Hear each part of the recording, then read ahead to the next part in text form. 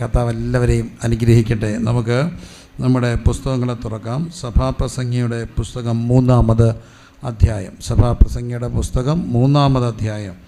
3-ാമത് അധ്യായത്തിൻ്റെ 1-ാമത്തെ വാക്യത്തെ കാണുന്നു. എല്ലാറ്റിനും ഒരു സമയമുണ്ട്. For everything there is A season. എല്ലാത്തിനും ഒരു സമയമുണ്ട്. ആകാശത്തിൻ്റെ കീഴിലുള്ള സകല കാര്യത്തിനും ഒരു കാലമുണ്ട്. പിന്നെ കാണുന്നത് 14 വൈരുദ്ധ്യങ്ങളുടെ കാലങ്ങളാണ്. 14 വൈരുദ്ധ്യങ്ങൾ അവിടെ കാണുന്നുണ്ട്. ജനിപ്പാൻ ഒരു കാലം, മരിപ്പാൻ ഒരു കാലം, നടുവാൻ ഒരു കാലം, നട്ടത് പറിപ്പാൻ ഒരു കാലം, കൊല്ലുവാൻ ഒരു കാലം, സൗഖ്യമാക്കാൻ ഒരു കാലം, ഇടിച്ചു കളയാൻ ഒരു കാലം, പണിയാൻ ഒരു കാലം, കരയാൻ ഒരു കാലം, വിലപിപ്പാൻ ഒരു കാലം, നൃത്തം ചെയ്യുവാൻ ഒരു കാലം, കല്ല് പിറക്കി കളയാൻ ഒരു കാലം, കല്ല് പിറക്കി കൂട്ടാൻ ഒരു കാലം, ആലിംഗനം ചെയ്യുവാൻ ഒരു കാലം, ആലിംഗനം ചെയ്യാതിരിപ്പാൻ ഒരു കാലം, സമ്പാദിപ്പാൻ ഒരു കാലം, നഷ്ടമാക്കാൻ ഒരു കാലം, സൃഷ്ടിച്ച് വയ്പ്പാൻ ഒരു കാലം, എറിഞ്ഞു കളയാൻ ഒരു കാലം, കീറുവാൻ ഒരു കാലം, തുന്നുവാൻ ഒരു കാലം, മിണ്ടാതിരിപ്പാൻ ഒരു കാലം, സംസാരിപ്പാൻ ഒരു കാലം, സ്നേഹിപ്പാൻ ഒരു കാലം, ദോഷിപ്പാൻ ഒരു കാലം, യുദ്ധത്തിനൊരു കാലവും സമാധാനത്തിനൊരു കാലവും. ഏതാണ്ട് 14 കാലങ്ങളാണ് നമ്മളവിടെ കാണുക. 14 കാലങ്ങളെല്ലാം വൈരുദ്ധ്യങ്ങളാണ്, കോൺട്രാസ്റ്റാണ്. ഒരു കാലത്തിൻ്റെ നേരെ ഓപ്പോസിറ്റായിട്ടുള്ള കാലങ്ങളാണ് അവിടെ കാണുക. നമ്മളിത് മനസ്സിലാക്കുന്നു. മനുഷ്യജീവിതവും ഇങ്ങനെയൊക്കെ തന്നെയാണ്, കാലങ്ങളാണ്. കാലങ്ങൾ വരികയും മാറുകയും ഒക്കെ ചെയ്യും. നമുക്കറിയാം 4 കാലങ്ങളാണ് പ്രധാനമായിട്ടും. 4 സീസൺസ് ഈ പ്രകൃതിക്കുണ്ടെന്ന് കാണാം. കുറച്ചുകൂടെയൊക്കെ പാശ്ചാത്യ ലോകത്തത് കൃത്യമായിട്ട് കാണാൻ കഴിയും. നമുക്ക് പൊതുവേ മൺസൂണും വേനൽക്കാലം ഒക്കെയാണ് കാലങ്ങൾ. എന്നാൽ പുറത്ത് വിൻ്ററും സ്പ്രിങ്ങും സമ്മറും ഓട്ടം അഥവാ ഫോൾ അതിങ്ങനെ മാറി മാറി വന്നുകൊണ്ടിരിക്കും. മനുഷ്യ ജീവിതവും ഇങ്ങനെയാണ്, കാലങ്ങൾ മാറി വരും. മനുഷ്യ ആയുസ്സിന് ഒരായുസ് തികച്ചാൽ 4 കാലങ്ങൾ വരും. ഏതൊക്കെ? എൻപ്രയാണ കാലം, 4 വിരൽ നീളം, ആയതിൻ പ്രതാപം, കഷ്ടത മാത്രം. 4 കാലങ്ങൾ മനുഷ്യനുണ്ട്. മനുഷ്യ ആയുസ്സിന് 4 കാലങ്ങളുണ്ട്. പറയാൻ അറിയാവുന്ന മക്കളൊന്ന് പെട്ടെന്ന് പറഞ്ഞേ. എൻപ്രയാണ കാലം 4. എല്ലാവരും കരമെടുത്ത് 4 വിരലൊന്ന് പിടിച്ച്. 4 ഞാൻ പറയുമ്പോൾ അത് കഴിഞ്ഞൊരു മടക്കിക്കോണം. ബാല്യം. ഉറക്കപ്പൊഴിയാ ഒന്ന് പ്രതികരിച്ചേ. 4 കാലം ഉണ്ടല്ലോ. അല്ല, ബാല്യം കഴിഞ്ഞവർ വിരൽ മടക്കിക്കും. ബാല്യം കഴിഞ്ഞു. യൗവനം കഴിഞ്ഞവർ, ബാല്യം കൗമാരം കഴിഞ്ഞവർ വിരൽ മടക്കിക്കും. മടക്കി. യൗവനം മടക്കിക്കും. കഴിഞ്ഞു, പേടിക്കണ്ട. അമ്മച്ചിക്കൊരു ഡൗട്ട്. യവനം പോയി, അതൊരു പോയി, കുറേ നാളായി, അറിഞ്ഞില്ലല്ലേ? പോയി, യവനം പോയി. ഇനി ഒന്നുകൂടെ ഉള്ളൂ. ഏതാ? വാർദ്ധക്യം. ഇവിടെ ഇരിക്കുന്ന ഭൂരിപക്ഷം പേർക്കും ഇനി മടക്കാൻ ഒരു വേറെ ഉള്ളൂ. കുഞ്ഞുങ്ങളൊഴിച്ച് ബാക്കി എല്ലാവർക്കും മടക്കാൻ ഇനിയും കേവലം അതിങ്ങനെ മടങ്ങിക്കൊണ്ട് ഇരിക്കുക. ചിലരുടെ എല്ലാം ആർത്രൈറ്റിസ് വരുന്നതുകൊണ്ട് ഇത്രയും മടങ്ങി ഇരിക്കുകയും ചെയ്യുക. ജോയിൻ്റ് ഒക്കെ ഉള്ളതുകൊണ്ട് ഇങ്ങനെ ആയിരിക്കുന്നതും. പോട്ടെ. എനിവേ, മനുഷ്യൻ്റെ ആയുസ് എത്ര കാലം? 4 കാലം. അതുകൊണ്ടാണ് നമ്മൾ പാടുക, എൻപ്രയാണ കാലം, 4 വിരൽ നീളം, ആയതിൻ പ്രതാപം, കഷ്ടത മാത്രം, ഞാൻ പറന്നു വേഗം പ്രിയ. അപ്പം മനുഷ്യൻ്റെ ആയുസ് 4. ആ 4 കാലങ്ങളിൽ വൈരുദ്ധ്യങ്ങളുടെ കാലങ്ങളാണ്. ഒത്തിരി കാലങ്ങൾ പറഞ്ഞു. ജനിക്കാനൊരു കാലം. നമുക്കറിയാം, പീച്ചിലെ എനിക്കറിയത്തില്ല, ഞങ്ങളുടെ നാട്ടിൽ പ്രസവിച്ച് കേൾക്കാൻ തുടങ്ങിയ എല്ലാവരും പ്രസവിക്കും. ആൺപിള്ളേരുണ്ടായ ഒരു സീസണിൽ ആണ് തന്നെ ഉണ്ടാകും. ഇവിടെ അങ്ങനെയൊക്കെയാണോ? പാലക്കാട് നെന്മാറ അവിടെ അങ്ങനെ ആണ് ജനിക്കാൻ തുടങ്ങിയാൽ പടപടാന്ന് ആണ് ജനിക്കും. പെണ്ണ് ജനിച്ചാൽ പിന്നെ പെണ്ണ് ജനിക്കും. പിന്നെ ഒരാൾ മരിച്ചാൽ കുറഞ്ഞതൊരു 3-4 പേര്. അങ്ങനെയാണ് നെന്മാറ. അങ്ങനെ അപ്പോൾ റാന്നിയിലും അങ്ങനെ, വടക്കും തെക്കും ഒരുപോലെ. ഒരാൾ മരിച്ചാൽ എനിക്ക് തോന്നുന്നു മേളിൽ നിന്ന് വരുന്ന ആൾ ഒന്നിച്ച് പുള്ളി പോകാനുള്ളവരെല്ലാം കൂടെ കൂട്ടിക്കൊണ്ട് എന്ത് ചെയ്യുക, അങ്ങ് പോകാനായിരിക്കുക. ഏതായാലും ഒരാൾ മരിച്ചാൽ അപ്പം ജനിക്കാനൊരു കാലം, മരിക്കുക. ഇപ്പോൾ ഇത് മരണത്തിൻ്റെ കാലമാണ് കേട്ടോ. കാരണം എത്ര പേരായി? 11,000 പേരായി ഇന്നത്തെ പത്രത്തിൽ കിടക്കുക. അതിന് എത്ര ഉണ്ടെന്ന് അറിഞ്ഞു വരത്തേ ഉള്ളൂ. അതൊക്കെ ഒന്നും ആക്ച്വൽ കണക്കേ അല്ല. ഒരു കണക്കും ആക്ച്വൽ കണക്കല്ല. മരിക്കുന്ന ഒരു കാലം, ഒന്നിച്ച് ഒത്തിരി പേര് പോകുന്ന ഒരു കാലം. അപ്പോൾ ഇതെല്ലാം അങ്ങനെ ഒരു കാലം കഴിഞ്ഞതേ ഉള്ളൂ. വീണ്ടും ക്ഷാമവും ഭൂകമ്പവും മഹാവ്യാധിയുടെയൊക്കെ ഒരു കാലം. അപ്പം കാലങ്ങളിങ്ങനെ മാറി മാറി വരുന്നു. അതുകൊണ്ടാണ് പറയുക, ജനിപ്പാനൊരു കാലം, മരിപ്പാനൊരു കാലം, നടുവാനൊരു കാലം, നട്ടത് പറിപ്പാനൊരു കാലം, കൊല്ലാനൊരു കാലം, സൗഖ്യമാക്കാനൊരു കാലം. അതും കേരളക്കാർക്ക് അറിയാവുന്നൊരു. ഒരു കൊല നടന്നാൽ അന്ന് രാത്രി തന്നെ 24 മണിക്കൂറിനടുത്ത് അടുത്ത കൊല നടത്തും. പിന്നെ അവരൊന്ന് തിരിച്ചടിക്കും. അങ്ങനെ ഒരു 4 കൊല 3 എണ്ണം നടന്നു കഴിയുമ്പോൾ ഒരു സമാധാന ചർച്ചയും ഒക്കെ നടന്ന് പിന്നെ ഒരു 6 മാസത്തേക്കിന് പരിപാടി നിൽക്കത്തില്ല. കൊല്ലാനൊരു കാലം. ഏതായാലും കൊന്ന അന്ന് ഒരു സമാധാന ചർച്ചയും നടക്കത്തില്ല. എന്താ കാര്യം ചോദിച്ചാൽ തിരിച്ച് കണ്ണിന് പകരം കണ്ണ്, പല്ലിന് പകരം പല്ല്. അപ്പോൾ ഒരാളെ കൂടെ തട്ടിയിട്ടേ എന്ത് നടക്കത്തുള്ളൂ, കോംപ്രമൈസ് നടക്കത്തുള്ളൂ. ഇനിയും ആരും ചാകാതിരിക്കാൻ. അപ്പോൾ അതൊക്കെ അൺട്രസ്റ്റഡാണ്. ഇതെല്ലാം അൺട്രസ്റ്റഡായിട്ടുള്ള കാര്യങ്ങളാണ്. നേരത്തെ ക്രമീകരിച്ച് പ്രീ പ്ലാൻഡ് കാര്യങ്ങളാണ് ഇതെല്ലാം. അപ്പം നോക്കൂ, കൊല്ലാനൊരു കാലം, സൗഖ്യമാക്കാൻ ഒരു കാലം, ഇടിച്ച് കളയാൻ ഒരു കാലം, പിന്നെ പണിയാൻ ഒരു കാലം. ഏതാ പാട്? എളുപ്പം ഏതാ? ഇടിക്കാനോ പണിയാനോ? ഇടിക്കാൻ ഒറ്റ ബുൾഡോസറും ഒരു JCB. പണിയാനോ എത്ര നാളുകൊണ്ട് ഒരു പെര പണിയുന്നത്. പൊളിക്കാൻ ഒരു കാലം, ഇടിച്ച് കളയാൻ ഒരു കാലം, പണിയാൻ ഒരു കാലം. ഇത് നമ്മൾ ഓർത്തോണേ. ഏത് വ്യക്തിയും പൊളിക്കാൻ എളുപ്പമാണ്. ഒറ്റ വാക്ക് പറഞ്ഞാൽ മതി, പൊളിഞ്ഞ് പൊക്കോളും. എന്നാൽ പണിയാൻ വലിയ പാടാണ്. ഏത് ആളിനെയും പൊളിക്കാൻ എളുപ്പമാണ്, പക്ഷേ എന്തിനു പാടാ?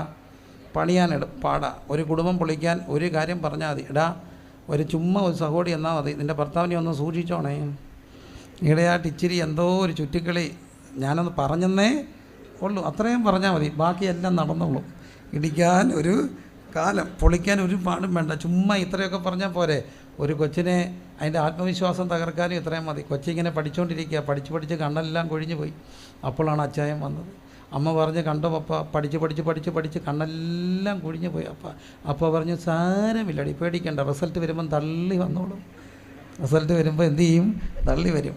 പണിയാൻ പാടാ, പക്ഷെ പൊളിക്കാൻ എളുപ്പമാണ്. അപ്പം പൊളിക്കാനൊരു കാലം, പണിയാനൊരു കാലം, കരയാനൊരു കാലം, ചിരിപ്പാനൊരു കാലം. കരയുന്ന കാലം, കരച്ചിൽ വന്നാൽ പിന്നെ കരയുന്നൊരു കാലം. പക്ഷെ നമുക്കിപ്പോൾ ചിരിക്കാൻ പോലും പേടിയാണ് മനുഷ്യർ. പ്രത്യേകിച്ച് നമ്മുടെ നാട്ടുകാർ ഈ പെൺപിള്ളേരെ അങ്ങ് കൊന്നുകളയും. ഇപ്പോൾ അതൊക്കെ മാറി. പെൺപിള്ളേർ ഇപ്പോൾ ചിരിക്കേണ്ട പ്രായത്തിൽ ചിരിക്കാൻ സമയം. പണ്ടേ ഒത്തിരി എന്ത് ചെയ്യരുത്? ചിരിക്കരുത്. ചിരിച്ചാൽ എന്ത് ചെയ്യേണ്ടി വരും? കരയേണ്ടി വരും. പക്ഷെ നമ്മളെല്ലാം പറയുന്നുണ്ട്, വേദപുസ്തകത്തിൽ അങ്ങനെ ഒരു വാക്യമേ ഇല്ല. എന്നാലും വേദപുസ്തകത്തിൽ ഇല്ലാത്തൊരു വാക്ക് നമ്മൾ പറയും, ചിരിക്കരുത്, എന്തു ചെയ്യും? കരയേണ്ടി വരും. അങ്ങനെ ഉണ്ടോ? ഇല്ല. ചിരിക്കാനൊരു കാലം, കരയാനൊരു കാലം, കല്ല് പിറക്കി കൂട്ടാൻ, ആലിംഗനം ചെയ്യാൻ, ആലിംഗനം ചെയ്യാതെ ഇരിപ്പാൻ. എന്തൊരു കാലം! കഴിഞ്ഞ കുറേ നാളുകൾ നമ്മൾ ആലിംഗനം ചെയ്തില്ല. വിശുദ്ധ ചുംബനത്താൽ അന്യോന്യം വന്ദനം ചെയ്തു. ആലിംഗനം ചെയ്യാതിരിപ്പാൻ ഒരു കാലം. പാവം പിടിച്ചൊരു ഉപദേശി പറഞ്ഞു, അതങ്ങ് വിവാദവുമായി, അത്യാവശ്യമാണെങ്കിൽ ഫ്ലൈയിങ് കിസ് കൊടുത്തേക്കാൻ. തമാശ പറഞ്ഞതാ അത്, പക്ഷേ ഇച്ചിരി പ്രയാസമായി. പണിയാനൊരു കാലം, ആലിംഗനം ചെയ്യാനൊരു കാലം, ആലിംഗനം ചെയ്യാതിരിപ്പാനൊരു കാലം. കണ്ടോ? സമ്പാദിപ്പാനൊരു കാലം, നഷ്ടമാക്കാൻ ഒരു കാലം, കൂട്ടിവെക്കാൻ ഒരു കാലം. പക്ഷെ കൂട്ടിവെക്കുന്നതൊക്കെ പടപടാന്ന് പോകാൻ ഒരു പ്രത്യേകിച്ച് സമയമൊന്നും വേണ്ട. ഒരു MRI, ഒരു സ്കാനിങ്, ഒരു ഓപ്പറേഷൻ, ഒരു ആശുപത്രി, എന്തോ പോവും, മൊത്തം പോവും, ഒഴുകിപ്പോവും. എൻ്റെ ഞങ്ങളുടെ ഒരു സഹോദരൻ്റെ കുഞ്ഞിൻ്റെ ഒരു ആക്സിഡൻ്റ് ഉണ്ടായിട്ട് ഇപ്പം 30 ലക്ഷം കഴിഞ്ഞു. 30 ലക്ഷം കഴിഞ്ഞിട്ട് എവിടെ ആകാനാണ്? ഇപ്പോഴും ആശുപത്രിയിലാണ്. അപ്പോൾ നോക്കൂ, സമ്പാദിപ്പാൻ ഒരു കാലം. ഞാൻ എൻ്റെ ജീവിതത്തിൽ സമ്പാദിക്കുകയും എറിയുകയും ചെയ്യുന്നവരെ കണ്ടിട്ടുണ്ട്. ഒത്തിരി വർഷങ്ങൾക്ക് മുമ്പ് കുഞ്ഞായിരിക്കുമ്പോൾ ഒരു 18 വയസ്സ് ആ ഒരു പ്രായത്തിൽ അമ്മയും കൊണ്ടൊരു വീട്ടിൽ പോയി. ആ വീട്ടിൽ ചെന്നപ്പോൾ അവിടുത്തെ അച്ചായൻ ഭയങ്കര കാശാണ്. എൻ്റെ പൊന്നെ, ഒരു കായസഞ്ചി വലിയ എണ്ണത്തിനകത്ത് കാശിങ്ങനെ കൊണ്ടുവന്നിട്ട് പാരപ്പറ്റയിലോട്ട് എറിയുന്ന, ഈ വീടിൻ്റെ ഷെയ്ഡിലോട്ട് എറിയുന്നു. ഞാനിങ്ങനെ നോക്കി നിൽക്കുക. ഞാൻ ചോദിച്ചു, എന്തിനാ ഇങ്ങനെ എറിയുന്നേ? അദ്ദേഹം പറഞ്ഞ്, കള്ളം വന്നാൽ ലോക്കറി തപ്പും, അവിടെ കുറച്ച് കീറിയ നോട്ട് വെച്ചിട്ടുണ്ട്, കൊണ്ടുപോയിക്കോട്ടെ. ഒരാൾ എവിടെ തപ്പത്തില്ല? ഷെയ്ഡേ തപ്പത്തില്ല. പഴയ ചെരുപ്പ്, പാത്രം എല്ലാം ഇവിടെ കിടപ്പുണ്ട്, ഷെയ്ഡ്. അവിടെ അതിനിടയ്ക്ക് കള്ളം കയറുമോ? ഇല്ല. അതുകൊണ്ടാണ് പൈസ അങ്ങോട്ട് എറിഞ്ഞത്. ആണോ? എന്നിട്ടൊരു കുപ്പിയൊക്കെ എടുത്ത് വെച്ച് ബീഫ് ഫ്രൈ ഒക്കെ കൂട്ടി അങ്ങ് കുട്ടിയും ചീത്തവിളിയും, അതിനിടയ്ക്കൊരു കസേര എടുത്തൊരു തല്ലി ഒരു ഒട്ടിക്കലും. എന്തൊരു കഷ്ടം! പൈസയൊക്കെ ഇങ്ങനെ ഇട്ട് വാരി എറിഞ്ഞതും ഞാൻ കണ്ടു. പിന്നെ പൈസയെല്ലാം പോയെന്ന് കേട്ടു. ഒത്തിരി നാൾ കഴിഞ്ഞ് ഞാനൊരു രാത്രി ഒരിടത്തു നിന്ന് വരുമ്പോൾ ഈ ചേട്ടായി ഒരു അന്തിക്കടയുടെ രാത്രി നിൽപ്പുണ്ട്. 10-12 ഒരു സമയമായി. അന്തിക്കടയുടെ മുമ്പ് നിൽക്കുക. പഴയ ഇന്നത്തെ വലിയ പുലിയല്ലേ, കണ്ടിട്ടെങ്ങനെ പോവുക. ഇത്രയും വലിയൊരാളല്ലായിരുന്നു. ഞാൻ വന്നപ്പം പെതുക്കെ നിർത്തി. അച്ഛാ, അപ്പോഴത്തെ ഇവർക്ക് ഒത്തിരി ബാങ്ക് പ്രശ്നമായി, ജപ്തിയായി എന്നൊക്കെ കേട്ടു. കടയെല്ലാം പോയി ജപ്തിയായി, എല്ലാം ഇങ്ങനെ കുറേ വാർത്ത കേട്ടു. ജപ്തിയുടെയൊക്കെ പ്രശ്നമുണ്ടല്ലേ. എന്നാൽ പുള്ളി എന്നോട് തിരിച്ചു ചോദിച്ചു, നീ എന്തോ എന്നെക്കുറിച്ച് ഓർത്തേക്കുന്നേ? എടാ മോനെ, എനിക്കൊരു ഫോൺ മതി കാര്യങ്ങൾ. I know how to handle the situation. ഞാൻ ഈ ഫോണിൽ കൂടെ ബിസിനസ് നടത്തും. അത് അവിടെ നിന്ന് എടുത്ത് ഇങ്ങോട്ട് കൊടുക്കും, ഇവിടെ നിന്ന് എടുത്ത് ഇങ്ങോട്ട് കൊടുക്കും. ഇപ്പോൾ 8 ടണ്ണാണ് കയറ്റി വിട്ടേക്ക്. അത് ഇത്ര കോടി രൂപയുടെ, അതിൻ്റെ ഇത്ര % കമ്മീഷൻ ഉണ്ടെങ്കിൽ that commission itself comes around 20 to 30 lakhs rupees, and that money will be credited into my account within 2 weeks. Then things will be all right. ഞാൻ ഇങ്ങോട്ട് നിൽക്കുക, 1.5 കോടി അങ്ങോട്ട് പോയി, 30 ഇങ്ങോട്ട് വരുന്നു, 2 ആഴ്ചക്കകത്ത് പൈസ വരും, അപ്പോൾ എല്ലാം തീരും. ഇതെല്ലാം പറഞ്ഞിട്ട് ആ മനുഷ്യണ്ട് പറഞ്ഞു, ഒരു 50 രൂപ തരാം, 2 ദോശ കഴിക്കാനാണ്. സത്യത്തിൽ എനിക്കൊക്കെ തന്നെ കരയണമെന്ന് തോന്നി. പൈസ എറിയുന്നത് കണ്ടു, വാരി എറിയുന്നത് കണ്ടു. 50 രൂപ, അതും കോടിയുടെ കണക്ക് പറഞ്ഞിട്ടാണ്. 50 രൂപ തരാമോ 2 ദോശ കഴിക്കാൻ? ഓർക്കുമ്പോൾ സങ്കടം വരും. പക്ഷേ ഇതൊക്കെ ഉള്ളു മനുഷ്യൻ്റെ അവസ്ഥ. സമ്പാദിപ്പാൻ ഒരു കാലം, അത് അതുപോലെ എറിഞ്ഞു കളയാൻ ഒരു കാലം. കണ്ടോ, സൂക്ഷിച്ച് വെപ്പാൻ ഒരു കാലം, എറിഞ്ഞു കളയാൻ ഒരു കാലം, കീറുവാൻ ഒരു കാലം, തുന്നുവാൻ ഒരു കാലം. പിന്നെ മറ്റൊരു കാലമാണ് മിണ്ടാതിരിപ്പാൻ ഒരു, ദോഷിപ്പാൻ ഒരു, സ്നേഹിപ്പാൻ ഒരു കാലം. അത് വ്യക്തിജീവിതത്തിലും സത്യമാണ്, കുടുംബജീവിതത്തിലും സത്യമാണ്. ഇടയ്ക്കിടയ്ക്ക് എന്ത് ചെയ്യും? മിണ്ടാതിരിക്കും. എത്ര കാലം വരെ മിണ്ടാതിരിക്കും? 15 വർഷം മിണ്ടായിരുന്ന അമ്മച്ചിയെ എനിക്കറിയാം. അച്ഛൻ മരിച്ചു, ഇപ്പം കരയുക, മിണ്ടണമായിരുന്നു. പക്ഷേ എന്നാലും മിണ്ടാതിരിക്കാൻ ഒരു കാലം. മിണ്ടാതിരിക്കുന്ന കൂടുതലും സഹോദരിമാരാ അല്ലേ? പിണങ്ങിയാൽ കുറേ ദിവസം മിണ്ടാതിരിക്കും. അങ്ങനെ ഒരു അച്ചായം അമ്മമ്മ മിണ്ടാതിരിക്കുക. പഠിച്ച പണി 18 നോക്കി അമ്മമ്മയൊന്നും മിണ്ടുന്നില്ല. ഒടുവിൽ അച്ചായൻ ഒരു കാര്യം ചെയ്തു, എങ്ങനെങ്കിലും മിണ്ടിക്കണ്ട. പുള്ളിക്കാണെങ്കിൽ മിണ്ടായിരുന്നിട്ട് അങ്ങ് ശ്വാസം മുട്ടുകയാണ്. പുള്ളിക്കാരത്തേക്ക് ഒരു കുഴപ്പവും ഇല്ലതാനും. അപ്പം അവസാനം അടവിൻ്റെ അവസാനത്തെ അടവെടുത്തു. എല്ലാം തപ്പാൻ തുടങ്ങി. ട്രോ ഊരി തപ്പുന്നു, മേശ പൊക്കി തപ്പുന്നു, കട്ടിലിൻ്റെ മെത്തയ്ക്കടി തപ്പുന്നു, അലമാരി വലിച്ചിട്ട് തപ്പുന്നു. ഇവക്കൊരു പിടിയും കിട്ടുന്നില്ല, എന്തോ തപ്പുന്നു. ഒടുവിൽ ക്ഷമ കെട്ട് അവൾ ചോദിച്ചു, ചേട്ടാ എന്താ ഈ തപ്പുന്നു? അവൾ പറഞ്ഞു, കിട്ടിപ്പോയി. എന്താ? നിനക്ക് നാക്കൊണ്ടോന്ന് തപ്പിയോ? നിനക്ക് നാക്കൊണ്ടോന്ന് തപ്പി. അപ്പം മിണ്ടാതിരിക്കാൻ ഒരു കാലം, മിണ്ടാതിരിപ്പാൻ ഒരു കാലം, പിന്നെ സംസാരിച്ചാൽ കൊതി തീരാത്ത ഒരു കാലം, പിന്നെ മിണ്ടാത്ത ഒരു കാലം, യുദ്ധത്തിനൊരു കാലവും സമാധാനത്തിനൊരു കാലം. അപ്പം മനുഷ്യ ജീവിതത്തിൽ എപ്പോഴും എന്തുണ്ട്? കാലങ്ങളുണ്ട്. ഈ കാലങ്ങൾ ഇങ്ങനെ വരികയും പോവുകയും ഒക്കെ ചെയ്യും. എന്നാൽ മനുഷ്യൻ്റെ കാലം 4ആണ്. ബാല്യവും കൗമാരവും യൗവനവും വാർദ്ധക്യവും. അതും വേഗം മാറും. അതാണ് സഭാപ്രസംഗി ജ്ഞാനിയാണ്. 12-ാം അധ്യായത്തിലേക്ക് വരുമ്പോൾ പറയുന്നു, യൗവനക്കാരാ, നിൻ്റെ യൗവനകാലത്ത് ആരെ അറിയണം? സൃഷ്ടാവിനെ അറിയണം. എന്തെന്നാൽ നിൻ്റെ കാലം മാറുമെന്ന് നീ അറിയണം. യൗവനക്കാരാ, നിൻ്റെ കാലം മാറുമെന്ന് നീ അറിയണം. എന്താ കാര്യം ചോദിച്ചാൽ, നിനക്കിഷ്ടമില്ല എന്ന് നീ പറയുന്ന ഒരു കാലം വരും. യൗവനവും വാർദ്ധക്യവും തമ്മിലുള്ള വലിയൊരു കോൺട്രാസ്റ്റ് ഉണ്ട്, വൈരുദ്ധ്യമുണ്ട്. എന്താണ് ആ വൈരുദ്ധ്യം? യൗവനത്തിൽ എല്ലാത്തിനോടും ഇഷ്ടമാണ്, എന്നാൽ വാർദ്ധക്യത്തിൽ ഒന്നിനോടും എന്തില്ല? ഇഷ്ടം തോന്നത്തില്ല. കഴിക്കാൻ ഇഷ്ടമാണ് യൗവനത്തിൽ, പക്ഷെ വാർദ്ധക്യത്തിൽ എന്തില്ല? ഒന്നും ഇഷ്ടം തോന്നത്തില്ല. യാത്രയ്ക്ക് ഇഷ്ടമില്ല, ശബ്ദം കേൾപ്പാൻ ഇഷ്ടമില്ല, എല്ലാത്തിനോടും ഒരു അനിഷ്ടം തോന്നുന്നൊരു കാലം. യൗവനമോ എല്ലാത്തിനോടും ഇഷ്ടം തോന്നുന്നൊരു കാലം. അതുകൊണ്ടാണ് പറയുക, നോക്കൂ, നിനക്കൊരു കാലം വരും, അതുകൊണ്ട് നീ അറിയണം, ഈ കാലം മാറും. അന്ന് സംഭവിക്കാൻ പോകുന്ന കാലങ്ങൾ എന്താ? വീട്ടുകാവൽക്കാർ എന്തു ചെയ്യും? വിറയ്ക്കും. കാലം മാറും, വീട്ടുകാവൽക്കാർ വിറയ്ക്കും. അർത്ഥം എന്താ? കയ്യും കാലും ഒക്കെ എന്തു ചെയ്യും? വിറയ്ക്കാൻ തുടങ്ങും. പാർക്കിൻസൺസ് വരാം, ബലം കുറയാം, ബലവാന്മാർ കുനിയും. അർത്ഥം നടുവിന് പ്രശ്നമാവും. എനിക്ക് എൻ്റെ ഒരു പ്രിയപ്പെട്ട സുഹൃത്ത്, ഒരു അച്ചായി ഉണ്ട്, ഭയങ്കര സ്നേഹ, കാനഡ സായിപ്പ, 6 അടി 6 ഇഞ്ച് എന്തോ പൊക്കമാണ്. പക്ഷെ കഴിഞ്ഞ ദിവസം ഞാൻ കണ്ടപ്പം പറഞ്ഞു 6 അടി കുറഞ്ഞു 2-3 ഇഞ്ച്. എന്താ കാര്യം ചോദിച്ചാൽ, പ്രായം കൂടിയപ്പം കുനിഞ്ഞു. ഞാൻ ആദ്യമായിട്ട് കേൾക്കുകയാണ് ഒരു മനുഷ്യൻ്റെ പൊക്കം കുറയുമോ. കുറേ കഴിഞ്ഞപ്പോൾ 6 അടി 6 ഇഞ്ചുകാരൻ ഇപ്പോൾ അളന്ന 6 അടി 2 ഇഞ്ച് ആയതേ ഉള്ളൂ. കുറേ ഇഞ്ച് എന്തിയേ? കുറഞ്ഞു. എന്തുകൊണ്ട് കുറഞ്ഞു? കൂനിപ്പോയി. ബലവാന്മാർ കുനി. കണ്ടില്ലേ? ബലവാന്മാർ കുനിയും. അരയ്ക്കുന്നവർ ചുരുക്കമാകിയാൽ അടങ്ങിയിരിക്കും. അർത്ഥം പല്ല് പൊഴിയാൻ തുടങ്ങും. പിന്നെ കിളിമാതിക്കൂടെ നോക്കുന്നവരെല്ലാം എന്തു ചെയ്യും? അന്ധന്മാരാ. അർത്ഥം കണ്ണിൻ്റെ കാഴ്ച പോകും. ഇപ്പം എല്ലാവരും ഇരിക്കുകയല്ലേ മക്കളെ, രാത്രി ആ ഫോണൊന്ന് അമ്മ പിടിച്ച് മേടിച്ചാൽ എന്തൊരു ബഹളമാടാ. മുഴുവൻ രാത്രിയും കണ്ടുകൊണ്ടിരിക്കുകയല്ലേ. ഇരുന്നോ മക്കളെ, കണ്ട് ആസ്വദിക്കുക. രാത്രി മുഴുവൻ കണ്ടോ, കുറച്ച് കഴിയുമ്പം കാണത്തേ ഇല്ല കേട്ടോ. എല്ലാം ഒന്നും കാണത്തില്ല, എല്ലാം വെളുത്തിരിക്കും. അതുകൊണ്ടാണ് ഇപ്പോഴേ കാഴ്ച കുറയ്ക്കണേ. പൊന്നല്ലേ, ഒരു 9 മണി കഴിഞ്ഞ് ഞാൻ കൊടുത്തേക്കാമോ? സമ്മതിച്ചു, ഓക്കെ. ഒന്ന് എല്ലാവരും പിടിച്ച് വഴക്കുണ്ടാക്കി ഇരിക്കുക. രാത്രി ഏറെ അധികം ഉപയോഗിക്കില്ലേ മക്കളെ, കുറച്ച് കഴിയുമ്പോൾ എന്ത് പോകും? കണ്ണിൻ്റെ കാഴ്ച പോകും. അപ്പം കണ്ണിൻ്റെ കാഴ്ച പോകും. കിളിവാതിൽ കൂടെ നോക്കുന്നവരെന്താകും? അന്ധന്മാരാകും. തെരുവിലെ കഥകളെല്ലാം എന്തു ചെയ്യും? അടയും. എന്താണ്? ഇയർ ഡ്രം എല്ലാം പ്രശ്നം വരും. പിന്നെ അരയ്ക്കുന്ന ശബ്ദം മന്ദമാകും. അർത്ഥം, അന്ന് സ്പീഡിൽ കഴിക്കുന്നവർ പിന്നെ എന്തു ചെയ്യും? ബാല്യവും വാർദ്ധക്യവും ഒരുപോലെ. ബാല്യത്തിൽ 2 മണിക്കൂർ എടുക്കും പിള്ളേരെ കഴിപ്പിക്കാൻ. വാർദ്ധക്യത്തിൽ എങ്ങനെ കഴിക്കത്തുള്ളൂ? പെതുക്കെ കഴിക്കുന്നു. അരയ്ക്കുന്ന ശബ്ദം മന്ദമാകും. പക്ഷികളുടെ ശബ്ദത്തെങ്കിൽ എന്ത് ചെയ്തു പോകും? ഉണർന്നു പോകും. അർത്ഥം, ഒരു വീടിൻ്റെ ഏറ്റവും വലിയ കോൺട്രാസ്റ്റാണ്. പിള്ളേരുണ്ടെങ്കിൽ 12 മണി വരെ വേണേൽ കിടക്കും. അപ്പച്ചനുണ്ടെങ്കിൽ എന്ത് ചെയ്യും? 4 മണിയാകുമ്പോൾ എഴുന്നേറ്റാൽ ഉടനെ എന്തോ ചെയ്യും? പിന്നെ പുള്ളിക്ക് ഒരു വലിയ ബുദ്ധിമുട്ടാണ് കിടക്കുന്ന കാണുന്നത്. കൊട്ട്, തട്ട്, മുട്ട്, നടത്തം, പാട്ട്, ലൈറ്റ് ഇടുന്നു, ലൈറ്റ് ഓഫാക്കുന്നു. ഇതൊക്കെ കിടക്കുന്നവരും അപ്പച്ചനൊട്ട് ഉറക്കവും ഇല്ല, ബാക്കിയുള്ളവരെ ഒട്ട് ഉറങ്ങാൻ സമ്മതിക്കത്തില്ല. ഈ അമ്മച്ചി പറയും, മനുഷ്യ അവിടെ കാണും കിടക്ക്, പറഞ്ഞിട്ട് കാര്യമില്ല. അപ്പച്ചൻ രാത്രി എഴുന്നേറ്റിരിക്കുകയാണ്. എന്താ കാര്യം? പക്ഷികളുടെ ശബ്ദത്തെങ്കിൽ ഉണർന്നു പോകും. പിള്ളേരോ കിടന്നുറങ്ങിക്കോ. പിള്ളേരെല്ലാം ഉറങ്ങിക്കോ കേട്ടോ.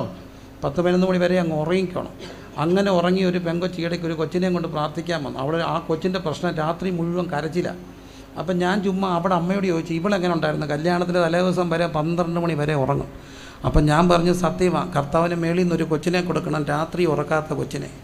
അപ്പം കർത്താവ് നോക്കി ആർക്ക് കൊടുക്കണം? ഉറങ്ങി ആശ്വസിച്ചവളുടെ കയ്യിലോട്ട് ഇരിക്കട്ടെ എന്ന് പറഞ്ഞു. അപ്പോൾ ഒത്തിരി ഉറങ്ങിയാൽ കിട്ടും ഉറക്കമില്ലാത്ത കൊച്ചിനെ. അപ്പോൾ അതുകൊണ്ട് ഉറങ്ങി ആശ്വസിച്ചു. താരാട്ട് പാടിയിരിക്കേണ്ട വരാം. ചിലപ്പോൾ പിള്ളേരൊക്കെ ഉണ്ടായാൽ ഉറക്കം നടക്കുമോ? ഇല്ല. അപ്പം നോക്കൂ, പക്ഷികളുടെ ശബ്ദത്തെങ്കിൽ ഉണർന്നു പോകും. അടുത്തത്, പാട്ടുകാരത്തികളൊക്കെ എന്തു ചെയ്യും? തളരും. ശ്വാസം പിടിച്ച് പാടാൻ വയ്യാതെ വരും. അന്നവർ കയറ്റത്തെ എന്തു ചെയ്യും? പേടിക്കും. പല വീട്ടിലും 2 നിലയുണ്ട്. കയറാറുണ്ടോ? ഇല്ല. പിന്നെ ഉപദേശിമാർ വരുമ്പം പറയും ഗസ്റ്റ് റൂം മേലിലാണ് എന്ന് പറഞ്ഞാൽ നമ്മൾ മേപ്പോട്ട് പോക്കോളാം. അവർക്ക് പലർക്കും എന്ത് ചെയ്യാൻ വയ്യ, കയറാൻ വയ്യ. കയറ്റത്തെ പേടിക്കും. അടുത്തത്, വഴിയിൽ വീതികളുള്ളതായിട്ട് തോന്നും. വലിയ രസമുള്ളൊരു കാര്യമുണ്ട്. ബദാം വൃക്ഷം പൂക്കും. അർത്ഥം എന്താ? ബദാം വൃക്ഷം പൂക്കും. തലമുടി എന്തു ചെയ്യും? നരയ്ക്കും. ഭയങ്കര സങ്കടമാണ് ഈ തലമുടി നരയ്ക്കുന്നത്. നരച്ച് കഴിയുമ്പോൾ നരയ്ക്കുന്നത് കറുപ്പിക്കും. എന്തിനാണെന്നറിയാമോ? സങ്കടം കൊണ്ടാണ്. പ്രായമായെന്ന് പറയുന്നതൊരു ബുദ്ധിമുട്ട്. അതുകൊണ്ട് നരച്ചവരൊക്കെ എന്തു ചെയ്തു? കറുപ്പിക്കും. കറുപ്പിച്ച ഒരു കുഴപ്പമുണ്ട്. കുറച്ച് കഴിയുമ്പോൾ ശരിക്ക് ചെയ്തില്ലെങ്കിൽ ഇടയ്ക്ക് ചെമ്പിച്ചിരിക്കും, ഇടയ്ക്ക് വെളുത്തിരിക്കും, ഇടയ്ക്ക് കറുത്തിരിക്കും. ഞാനും ഒരു ദിവസം കറുപ്പിച്ചു. ആരോടും പറയല്ലേ, കറുപ്പിച്ചു. ലൈവല്ല മക്കളെ, എന്നാലും കറുപ്പിക്കാൻ ഒരു കാര്യമുണ്ട്. സ്കൂളിൽ ചെന്നത് കുഞ്ഞിനെയും കൊണ്ട് എന്നതാണ്. കുഞ്ഞ് സ്കൂളിൽ ശ്രദ്ധിക്കുന്നില്ല, കൊച്ചു കുഞ്ഞാണ്. അപ്പം ടീച്ചർ പറഞ്ഞു പേരൻസ് വരണമെന്ന് പറഞ്ഞു. ഞാൻ പോകാറൊന്നുമില്ല, കാരണം ഒക്കാറില്ല. വൈഫാണ് എല്ലാത്തിനും പോകുന്നത്. അന്ന് വൈഫ് പറഞ്ഞു, അച്ഛനോട് വന്നേ ഒക്കത്തുള്ളൂ, കുഞ്ഞിൻ്റെ കാര്യമല്ല. ചെന്നു. ഞാനവിടെ നിശബ്ദനായ അച്ഛനായിട്ടിരിക്കുക. ഞാൻ സ്കൂളിൽ അങ്ങനെ ചെന്നിട്ടില്ല. അപ്പോൾ ആ ടീച്ചർ പറഞ്ഞു, നിങ്ങളുടെ കുഞ്ഞ് സ്കൂളിൽ ശ്രദ്ധിക്കുന്നില്ല. അതിൻ്റെ കാരണം അവന് പ്രോപ്പർ അറ്റൻഷൻ കിട്ടുന്നില്ല വീട്ടിൽ നിന്ന്. So he has to get proper attention from the home. അതാണ് അവരുടെ സൊല്യൂഷൻ.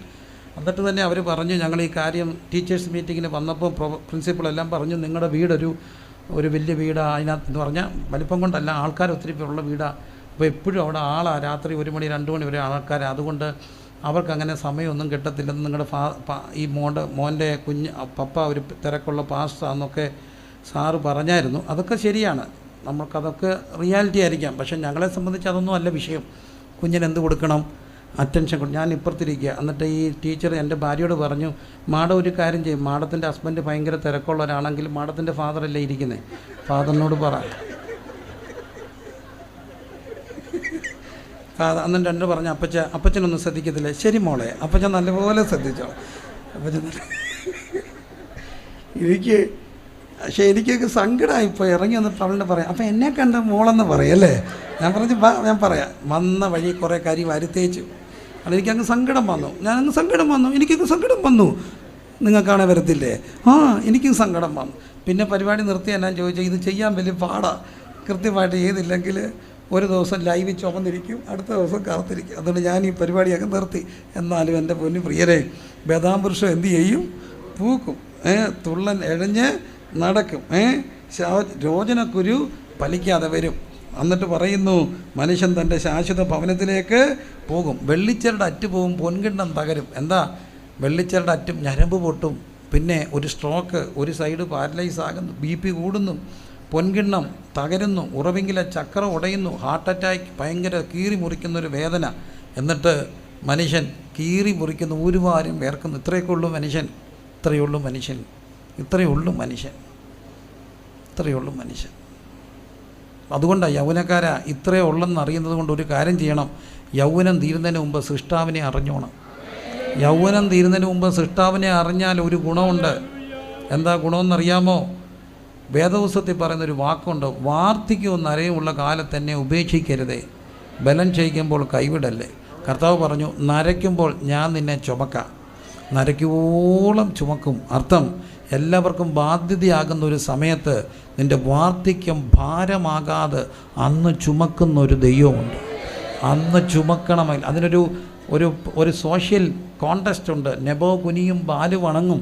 അന്നത്തെ അവർ പലതും ചുമന്നുകൊണ്ട് നടന്നതൊക്കെ അവിടെ നമ്മളെന്തെങ്കിലും ചുമന്നാൽ നമ്മുടെ പെടൽ കഴിക്കുമ്പോൾ അത് കുനിയും. അതെല്ലാം കണ്ടിട്ട്, ആ കാഴ്ചകൾ കണ്ടിട്ട് പ്രവാചകൻ പറയുന്നു, നിങ്ങൾ കാണുന്നു, നിങ്ങൾ ചുമന്നിട്ട് നിങ്ങളുടെ പെടൽ കഴിക്കുമ്പോൾ കുനിയുന്നതാ. എന്നാൽ എനിക്കൊരാളെ പരിചയപ്പെടുത്താനുണ്ട്, നരയ്ക്കുമ്പം ചുമക്കുന്നൊരു ദൈവമുണ്ട്. നരയ്ക്കുമ്പം ചുമക്കണമെങ്കിൽ ഒരു കാര്യം ചെയ്യണം, ആരോഗ്യമുള്ളപ്പോൾ ഈ പുസ്തകം ചുമക്കണം. പുസ്തകം ചുമന്നാൽ നരയ്ക്കുമ്പോൾ നിങ്ങളെ തമ്പുരാൻ ചുമക്കും, നിങ്ങളെ കർത്താവ് ചുമക്കും. യൗവന ദിശ കഴിയും, വാർദ്ധക്യം വന്നിടും, കുനിഞ്ഞിടും ശരീര ജീവഭാരത്താൽ. അപ്പോഴും വിടില്ലവൻ നടത്തും അന്ത്യത്തോളവും, വയ്ക്കുക നിൻ ഭാരം അവൻ പാദത്തിൽ. എന്നെ കേൾക്കുന്ന പ്രിയപ്പെട്ട സഹോദരങ്ങളെ, യൗവനക്കാരെ, യൗവനത്തിൽ പുസ്തകം ചുമക്കണം, യൗവനത്തിൽ പുസ്തകം ചുമക്കണം. ഇതൊന്നും ചിലപ്പം പിള്ളേർക്ക് ഇഷ്ടപ്പെടത്തില്ലായിരിക്കുക, എന്നാൽ എനിക്കിഷ്ടമാണ്. എൻ്റെ അപ്പച്ചൻ 83 മരിച്ചുപോയി. 83 അപ്പച്ചനൊക്കെ മരിക്കുന്ന സമയത്ത് എനിക്കൊരു 10 വയസ്സേ ഉള്ളൂ, എന്നാലും നല്ല ഓർമ്മയുണ്ട് ആ കാര്യങ്ങൾ, മരിക്കുന്നതും അടക്കമൊക്കെ. അന്ന് CC മാത്യു സാർ എന്നൊക്കെ പറഞ്ഞ ഒരു ഗ്രൂപ്പുണ്ടായിരുന്നു, മരുപ്രയാണക്കൂട്ടം. മരുപ്രയാണക്കൂട്ടത്തിൽ പ്രായമുള്ള ഒത്തിരി ദൈവദാസന്മാരുണ്ട്. കവുങ്ങുംപ്രയാർ ഒരു ജോർജ് സാർ, അവരുടെ ഒരു ടീമായിരുന്നു. ആ കൂട്ടത്തിലായിരുന്നു ഞങ്ങളൊരു സ്വതന്ത്ര പ്രസ്ഥാനം. എന്നാൽ അവിടെ മാസികങ്ങളൊക്കെ ഉണ്ട്. ആ ടീം മൊത്തം വന്ന ഒരു ഫോട്ടോ ഞാൻ കണ്ടു, എനിക്കിഷ്ടപ്പെട്ടു. ശവടക്കിന് നിൽക്കുകയാണ് എല്ലാവരും. ഇപ്പം വിശ്വാസികളുടെ ഒരു ഫോട്ടോ എടുത്തപ്പോൾ ഒറ്റ കാര്യം കണ്ടു, എല്ലാവരും പുസ്തകം പിടിച്ചുകൊണ്ടാണ് ഫോട്ടോ എടുക്കുക. ആണോ? തൃശ്ശൂരും പീച്ചിയും ഒക്കെ കുടിയേറ്റക്കാരാണ്, കുടിയേറ്റ ഗ്രാമങ്ങൾ. ഇന്നാണ് ഇഷ്ടം പോലെ സെൽഫിയൊക്കെ ഒരു വിഷയം. പണ്ട് ആയുസിൽ ഒരിക്കലേ എന്തോ എടുക്കത്തുള്ളൂ, ഫോട്ടോ എടുക്കത്തുള്ളൂ. ഫോട്ടോ എടുക്കുക അപ്പച്ചാന്ന് പറഞ്ഞാൽ അപ്പച്ചനകത്ത് പോയിട്ട് ഒന്നീ ഷർട്ട്, ചെറുക്ക് ഷർട്ടും കാണത്തില്ല, ഒരു ഉത്തിരിയൊക്കെ ആയിരിക്കും, ഒരു നേരിതൊക്കെ ആയിരിക്കും. എന്നാലും ഷർട്ട് വിട്ടുകൊണ്ട് വരുമ്പം കയ്യിലെന്തോ കാണും, ബൈബിള് കാണും. അപ്പച്ചൻ അവസാനവും ഫോട്ടോ എടുത്തത് എന്ത് പിടിച്ചോണ്ടാണ്? ബൈബിള് പിടിച്ചോണ്ട്. എന്തിനാ ഫോട്ടോ എടുത്തത്? അവർക്കറിയാം, ഒന്നുമില്ലായ്മയെന്ന് ഈ ഗ്രാമത്തിൽ വന്നു കയറി മണ്ണിനോടും മലമ്പാമ്പിനോടൊക്കെ അധ്വാനിച്ചപ്പോൾ അവരെ പിടിച്ചു നിർത്തിയതും ഒഴുക്കിക്കളയാഞ്ഞതും ഉരുളുപൊട്ടിയപ്പോഴും പ്രകൃതി ശോഭിച്ചപ്പോഴും ഉയർച്ച താഴ്ചകൾ വന്നപ്പോഴും പിടിച്ചു നിർത്തിയത് ഈ പുസ്തകമാണെന്നുള്ള അറിവില്ല. ആ ഫോട്ടോയ്ക്ക് ഒരു പുസ്തകം. എന്താണ് പുസ്തകം? മാറോട് ചേർത്ത് പിടിച്ചത് ഒറ്റ കാര്യമാണ്, ജീവിതത്തിൻ്റെ കുത്തൊഴുക്കലുകളിൽ ക്ഷാമത്തിൻ്റെയും പട്ടിണിയുടെയും പരാവട്ടങ്ങളുടെ ഇടയിൽ പിടിച്ചു നിർത്തിയ, ഉയർത്തിയ, മാനിച്ച, ഇതുവരെ കൊണ്ടുവന്ന ഒന്നുണ്ട്, പുസ്തകമാണ്. എല്ലാ പ്രിയപ്പെട്ടവരും പുസ്തകം കരങ്ങളിലെടുത്തൊന്ന് ഉയർത്തിപ്പിടിച്ചേ, പുസ്തകം കരങ്ങളിലെടുത്ത് വെച്ച് ഉയർത്തിപ്പിടിച്ച് സ്തോത്രം. ഈ പുസ്തകം ഒന്ന് ഉയർത്തിപ്പിടിച്ചേ. ഈ പുസ്തകത്തെ മാനിക്കണം, ഈ പുസ്തകം വായിക്കണം, ഈ പുസ്തകം വായിക്കണം, ഈ പുസ്തകം ലജ്ജയില്ലാതെ നടക്കണം. നടന്നാൽ ഒരു കാര്യം ഉറപ്പാണ്, നിന്നെ ഉയർത്തി മാനിക്കുന്ന ദൈവകൃപയുണ്ടാകും. ആശാരിപദേശി അമേരിക്കയിൽ ഇറങ്ങിയപ്പം ചെയ്തു എന്ന് കേട്ടിട്ടുണ്ട്. പുസ്തകം തലയിൽ വെച്ചുകൊണ്ട് ഇറങ്ങി. എന്ന കാര്യം ചോദിച്ചാൽ പറഞ്ഞു, ഈ പുസ്തകം എന്നെ ഇവിടെ കൊണ്ടുവന്നെന്ന്. അങ്ങനെയെങ്കിൽ ഇതിൻ്റെ പ്രചാരകരായി മാറുന്നതാണ് ജീവിതത്തിൻ്റെ ഏറ്റവും വലിയ ഭാഗ്യം. പുസ്തകം ചുമക്കുന്നതാണ് ജീവിതത്തിൻ്റെ ഏറ്റവും വലിയ ഭാഗ്യം. ആത്യന്തികമായി മനുഷ്യർക്കൊന്നും ലക്ഷ്യങ്ങൾ കുറവാണ്. പിന്നെ ആകെപ്പാടെ ഇപ്പോൾ ലക്ഷ്യം ചോദിച്ചാൽ എങ്ങനെയെങ്കിലും ഒന്ന് കാനഡയ്ക്ക് പോകണം, UK വരെ ഒന്ന് എത്തണം. അവിടെ ചെന്ന് എന്ത് പേരാ കഷ്ടപ്പെടുന്നറിയാം, കഷ്ടപ്പെടുകയാണ്. മെംഡൊക്കെ എടുത്തിട്ട് അവിടെ ചെന്നിട്ട് ഹോട്ടലിൽ നിൽക്കുന്ന കാണുമ്പോൾ ഒരു പണിയും തെറ്റല്ലെന്ന് എനിക്കറിയാം, അതിനുള്ള ബോധമുണ്ട്. എങ്കിൽ പോലും കഷ്ടപ്പെടുന്നത് എന്തിനാ? എങ്ങനെയെങ്കിലും ഒരു PR കെട്ടാനാണ്. പക്ഷേ കുഞ്ഞെ, അതിലും വലിയൊരു ദർശനം വേണം. യൗവനത്തിൽ പുസ്തകം എടുത്താൽ വാർദ്ധക്യത്തിൽ നിന്നെ ഇങ്ങനെ എടുക്കും, നിന്നെ ഇങ്ങനെ എടുക്കുക. ഞാൻ എൻ്റെ മുമ്പിരിക്കുന്ന മക്കളോട് ചോദിച്ചോട്ടെ, നല്ല യൗവനമുണ്ട്, ആ സമയത്ത് ഈ പുസ്തകം എടുക്കണം. ഡിഗ്രിക്ക് പഠിക്കുന്നൊരു കാലം. ഇപ്പോൾ അത്രയും തീഷ്ണതയുണ്ടോയെന്നൊരു സംശയം. അന്ന് ഈ ക്യാമ്പിലൊക്കെ പോയി ഭയങ്കര ഒരു ഉൾവിളിയൊക്കെ ഉണ്ടായി. അപ്പോൾ അന്ന് കോളേജ് സമർത്ഥമാണ്, പിള്ളേരെ കൊണ്ടും സമർത്ഥം. പ്രീ ഡിഗ്രി കൂടെ കോളേജിലുണ്ട്. ഇപ്പോൾ അത് ഡിറ്റാച്ചായി, +2 ആയി. അന്ന് പ്രീ ഡിഗ്രിയുടെ കോളേജ് കൊണ്ടുകൊണ്ട് കോളേജ് രാഷ്ട്രീയമൊക്കെ സജീവമാണ്. SFIക്കാരൻ ഇപ്പോൾ ഉണ്ട്, KSUക്കാരുണ്ട്, KSCക്കാരുണ്ട്, ABPയുടെ സാന്നിധ്യമൊക്കെ ഒന്നുണ്ട്. ഇപ്പോൾ SFIക്കാരൊക്കെ ഇങ്ങനെ സ്ട്രോങ് ആയിട്ടാണ് നിൽക്കുക. We salute, red salute to newcomers. പുതിയ വിദ്യാർത്ഥികൾ വരുമ്പോൾ റെഡ് സല്യൂട്ട് കൊടുത്ത് തിലകച്ചാർത്ത് കാറ്റി അവർ കയറ്റിയിടുക. KSUക്കാർ പറയുന്നു we salute, blue salute to newcomers. അങ്ങനെ അവർ നിൽക്കുകയാണ്. അടുത്തത് മറ്റവരുടെ ഊഴം. ഇതിനിടയ്ക്ക് ഞങ്ങൾ 3 പിള്ളേർ ട്രാക്റ്റ് കൊടുത്തത് ലേഡി മാക്ബത്തിനെ ആധാരമാക്കി ഒരു ട്രാക്റ്റ് അടിച്ചു, മോഹങ്ങളെ വിട. ഷേക്സ്പിയറിൻ്റെ ഒരു നാടകം, അന്ന് കോളേജിൽ ഡിഗ്രി പഠിക്കാനുണ്ടായിരുന്ന ഒരു നാടകത്തെ ആധാരമാക്കി ട്രാക്റ്റ് എഴുതി എല്ലാവർക്കും കൊടുത്തു. ഇന്നടത്ത് പ്രെയർ ഗ്രൂപ്പുണ്ട്, എല്ലാവരും കളിയാക്കി. പക്ഷേ അന്ന് 3 പേരാണ് നിന്ന് കൊടുത്തത്. അവർ 2 പേര് അമേരിക്കയിലുണ്ട്. ഒട്ടും കുറയാതെ ദൈവം എന്നെ മാനിച്ചു. അന്ന് SFIക്ക് മുദ്രാവാക്യം വിളിച്ച ഒരു കിടിലൻ ശബ്ദമുണ്ട്. ആ ശബ്ദം ഒരു 1.5 കിലോമീറ്റർ കയറും. പുള്ളിക്കാരൻ ഇംഗ്ല വിളിക്കുമ്പോൾ എക്സാജറേഷൻ അല്ല, ഈ ജനൽപ്പാലിയൊക്കെ കിട്ടുങ്ങും, എക്കോയൊക്കെ ഉണ്ടാവും. അത്ര ശബ്ദമാണ്. എന്തോ ഉശിരാന്നറിയാം, എന്തോ ഉയര. പുള്ളി എൻ്റെ ഒരു ആരാധന പാത്രമായിരുന്നു. എന്നെ വലിയ ഇഷ്ടമായിരുന്നു. അന്ന് അച്ചാച്ചാന്നൊക്കെ വിളിക്കും, അവർ ചേട്ടന്മാരാണ്. ഭയങ്കര ശബ്ദമാണ്. പക്ഷേ ഇന്ന് ആ പുള്ളി എൻ്റെ വിശ്വാസിയാണ്. ഞാൻ പറയും, അച്ചാച്ചാ ഒന്ന് പ്രസംഗിച്ചേ. പണ്ടത്തെ ഒരു പ്രസംഗം വേണ്ട, നീ പ്രസംഗിക്കുന്നത് ഞാൻ കേട്ടോളാം, അത് മതി. ദൈവം ഒരു കാര്യം, പുസ്തകം എടുത്താൽ ഉയർത്തും. പുസ്തകത്തെ ഇങ്ങനെ ചേർത്ത് പിടിച്ചുകൊണ്ട് കർത്താവിന് വേണ്ടി നിൽക്കാൻ തയ്യാറാണോ മക്കളെ? കർത്താവിന് വേണ്ടി. കൂട്ടുകാർ പിരിയും, സഹോദരർ കൈവിടും.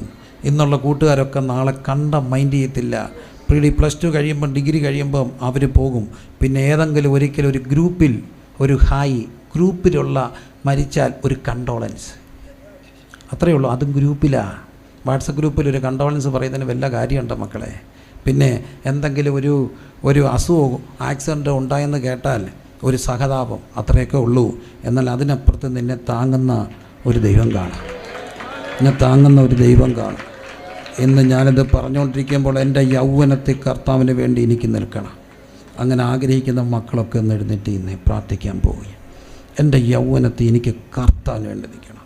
അങ്ങനെ ആഗ്രഹിക്കുന്ന കുഞ്ഞുങ്ങളുണ്ടെങ്കിൽ ഒന്ന് എഴുന്നേറ്റ് ഇന്നേ. ആരെയും നോക്കരുത്, ധൈര്യമായിട്ട്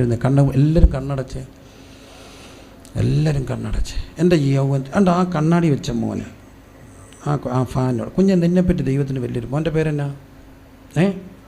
മോൻ എന്ത് ചെയ്യുക? +2. നിനക്ക് കർത്താവിൻ്റെ ഒരു വലിയൊരു അഭിഷക്ത വിളി കിടപ്പുണ്ട് നിൻ്റെ മേൽ. മോനത് ആരെങ്കിലും നേരത്തെ പറഞ്ഞിട്ടുണ്ടോ? ഉണ്ട്. നിന്നെപ്പറ്റി ദൈവത്തിന് വലിയൊരു പദ്ധതിയുണ്ട്. നിന്നെപ്പറ്റി വലിയൊരു പദ്ധതി ദൈവത്തിനുണ്ട്. നീ അതനുസരിച്ച് ദൈവസന്ധി ഒരുങ്ങിക്കോണം. കർത്താവിന് നിന്നെ ഉപയോഗിക്കാൻ പ്ലാനുണ്ട്. കുഞ്ഞുങ്ങൾ, പ്രിയപ്പെട്ടവർ, ഇവർക്കായി ഒന്ന് പ്രാർത്ഥിച്ചു. ചില കുഞ്ഞുങ്ങൾ മുമ്പിൽ വന്നേ, ഞങ്ങൾ നിങ്ങൾക്ക് വേണ്ടി പ്രാർത്ഥിക്കാൻ പോവുകയാണ്. ഈ കൈവെപ്പ് വലിയൊരു അനുഗ്രഹമാണ്. തിമോത്തിയോസിനോട് പറയുന്നൊരു വാക്കുണ്ട്, എൻ്റെ കൈവെപ്പിനാൽ നിന്നിലുള്ള കൃപാവരം. കുഞ്ഞുങ്ങളെ, ദൈവദാസന്മാരുടെ കൈവെപ്പ് വലിയൊരു അനുഗ്രഹമാണ്. അതൊരു ചെറിയ കാര്യമല്ല കേട്ടോ, അതൊരു ലജ്ജയായിട്ട് കാണരുത്. അത് വലിയൊരു അനുഗ്രഹമാണ്. പ്രാർത്ഥിക്കേണ്ട കുഞ്ഞുങ്ങളെല്ലാം മുമ്പിൽ വന്നേ. ഇത്രയും ദൈവദാസന്മാരിവിടെ ഉണ്ട്. കർത്താവിന് വേണ്ടി നിൽക്കണം. ഒറ്റ ആയുസേ ഉള്ളൂ, ഒരായുസൂടി ഇല്ല മക്കളെ. നമുക്കത് പ്ലേ ചെയ്യാനുള്ളതല്ല. ഷബാന, ഹതുനിയ, റഗനിയ, എല്ലാ മാതാപിതാക്കളും ഒന്ന് പ്രാർത്ഥിച്ച്, ആരും കുഞ്ഞുങ്ങളെ ഉന്തി വിടരുത്. ഞങ്ങളുടെ മനസ്സ് ദൈവാത്മാവ് പ്രേരിപ്പിക്കുകയാണെങ്കിൽ മാത്രമേ വരാവൂ. ദൈവാത്മാവ് നിങ്ങളെ പ്രേരിപ്പിക്കുകയാണെങ്കിൽ മാത്രമേ വരാവൂ. Hallelujah, hallelujah, hallelujah. ഒരു തലമുറ വരും, അടുത്ത സീസൺ വരും. പക്ഷെ തലമുറകളുടെ ദൈവമുണ്ട്. ഒരു തലമുറ വരും, ഒരു തലമുറ പോകും. പക്ഷെ 90-ാം സങ്കീർത്തനക്കാരൻ പറയുന്നു, തലമുറയായി ദൈവം നമ്മുടെ സങ്കേത. യെശയ്യാവിൻ്റെ പ്രവചന പുസ്തകത്തിൽ നാം കാണുന്നു, ഞങ്ങളുടെ മേൽ പകർന്ന അങ്ങയുടെ ആത്മാവും ഞങ്ങളുടെ വായി തന്ന വചനങ്ങളും ഞങ്ങളുടെ വായുന്നു, സന്തതിയുടെ വായുന്നു അറ്റുപോകാതെ കാക്കുന്നൊരു ദൈവമാണ്. ഈ പ്രിയപ്പെട്ട മക്കൾക്ക് വേണ്ടി നമുക്ക് പ്രാർത്ഥിക്കാൻ പോകുകയാണ്. എല്ലാവരും പ്രാർത്ഥിച്ച് കർത്തദാസന്മാർ ദയവായി ഇവർക്ക് വേണ്ടി തലയിൽ കൈവച്ച് പ്രാർത്ഥിക്കണേ. ദൈവദാസന്മാർ, നിയോഗമുള്ള എല്ലാ ദൈവദാസന്മാരും ആത്മഭാരത്തോടെ ഷാജു പാഷേ ബൈപ്പാസ് അന്ന് ഈ കുഞ്ഞുങ്ങൾക്ക് വേണ്ടി ഒന്ന് പ്രാർത്ഥിച്ചു. ഷൈജ,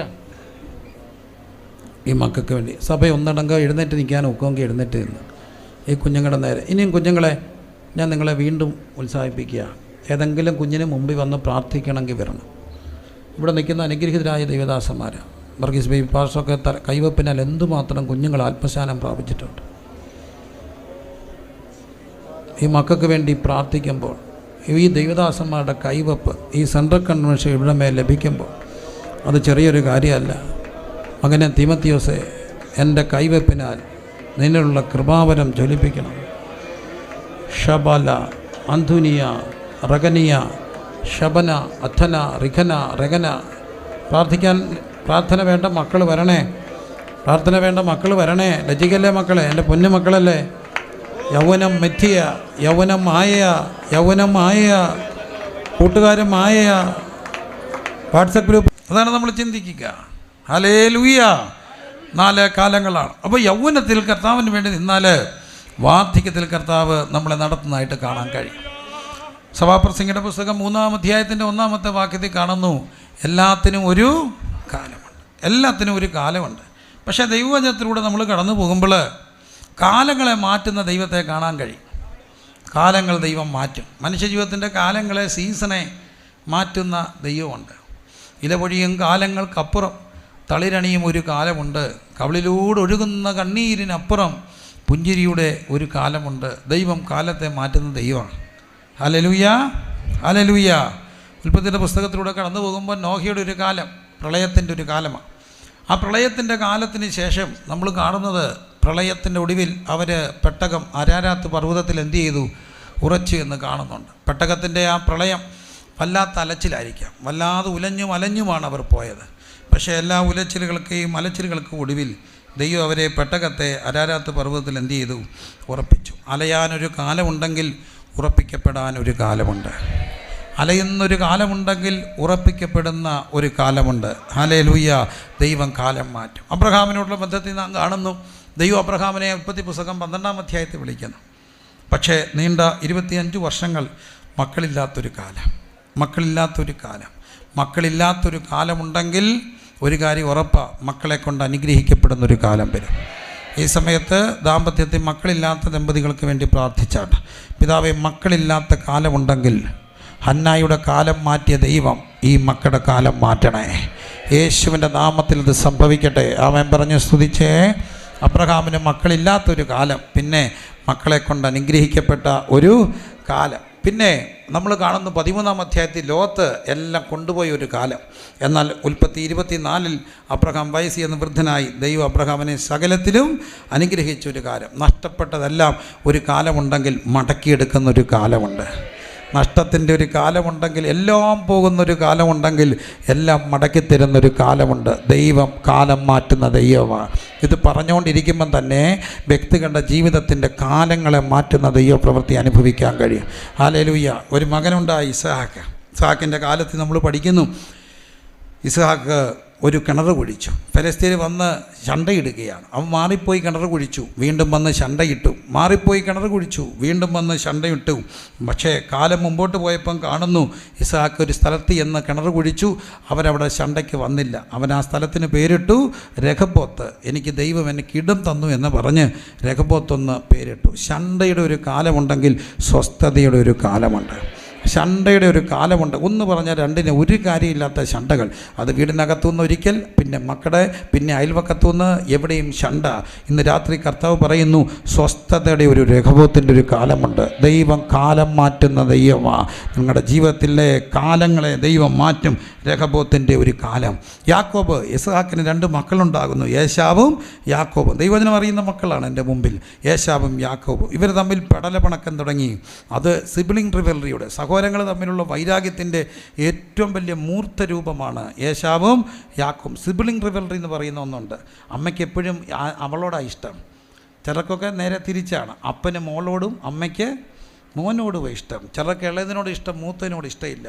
അതുകൊണ്ട് ഭയങ്കര വൈരാഗ്യം മനസ്സിൽ വരുന്നതിൻ്റെ തെളിവാണ് ഏശാവും യാക്കോബും. അവർ തമ്മിൽ പിണങ്ങി മാറിപ്പോയി. യാക്കോബ് ഒത്തിരി ചേട്ടനെ പേടിച്ച് ഓടിപ്പോയി. ഓടിവൻ നിവൃത്തിയില്ലാതെ തിരിച്ചു വരികയാണ്. ഒരു രാത്രിയിൽ ഇപ്പുറത്ത് ഇന്നിട്ട് അന്ന് ദൂതനൊക്കെ തന്നെ മൽപ്പിടുത്തമൊക്കെ കഴിഞ്ഞ് തിരിച്ച് വരുമ്പോൾ ഏശാവ് വന്നിട്ട് അനിയനെ കണ്ടപ്പോൾ കഴുത്തിൽ കെട്ടിപ്പിടിച്ച് ചുംബിക്കുന്നുണ്ട്. അപ്പം ഏശാവ് പറയുന്നൊരു വാക്കുണ്ട്, നിൻ്റെ മുഖം, ബൈബിൾ എടുക്കാൻ സമയമില്ല, ദൈവദൂതൻ്റെ മുഖം പോലെ കാണും. ഒരു കാര്യം ഓർക്കുക, പിണങ്ങാനൊരു കാലമുണ്ടെങ്കിൽ ഇണക്കത്തിൻ്റെ ഒരു കാലമുണ്ട്. ദൈവത്തിൻ്റെ ഒരു പ്രത്യേകത, അവൻ നിരപ്പിക്കുന്ന ദൈവമാണ്. ഇത് പറഞ്ഞുകൊണ്ടിരിക്കുമ്പോൾ കൂടപ്പിറപ്പുകൾ തമ്മിൽ വർഷങ്ങളായി മിണ്ടാതിരിക്കുന്ന ചിലരുടെ മേൽ മഞ്ഞുരുകുന്നത് പോലെ ആ പിണക്കം ഉരുകി മാറട്ടെ. മഞ്ഞുരുകുന്ന കൂടപ്പിറപ്പുകളുമായിട്ട് അകന്നിരിക്കുന്നവർ ഇന്ന് രാത്രി ഫോൺ ചെയ്യണം, ദൈവം ഒരു അത്ഭുതം ചെയ്യും. ഹല്ലേലൂയ. എല്ലാവരും കണ്ണുകളടച്ച് അങ്ങനെ പറയുമ്പോൾ ഒരാൾ കൈ ഉയർത്തണ്ട, എല്ലാവരും കൈ ഉയർത്തി ഒന്ന് പ്രാർത്ഥിച്ച്, കർത്താവേ ഞങ്ങളുടെ ഇടയിലുള്ള സകല പിണക്കങ്ങൾ ഒരാൾ പോലും ഇല്ലാതെ, കാരണം അതൊരു പരസ്യവേദി പറയേണ്ട കാര്യമല്ല. പക്ഷേ ഇത് പറഞ്ഞുകൊണ്ടിരിക്കുമ്പോൾ പരിശുദ്ധാത്മാവിനോട് പറയുന്നു, പിണക്കങ്ങൾക്ക് അന്ത്യം കുറിക്കുകയാണ്.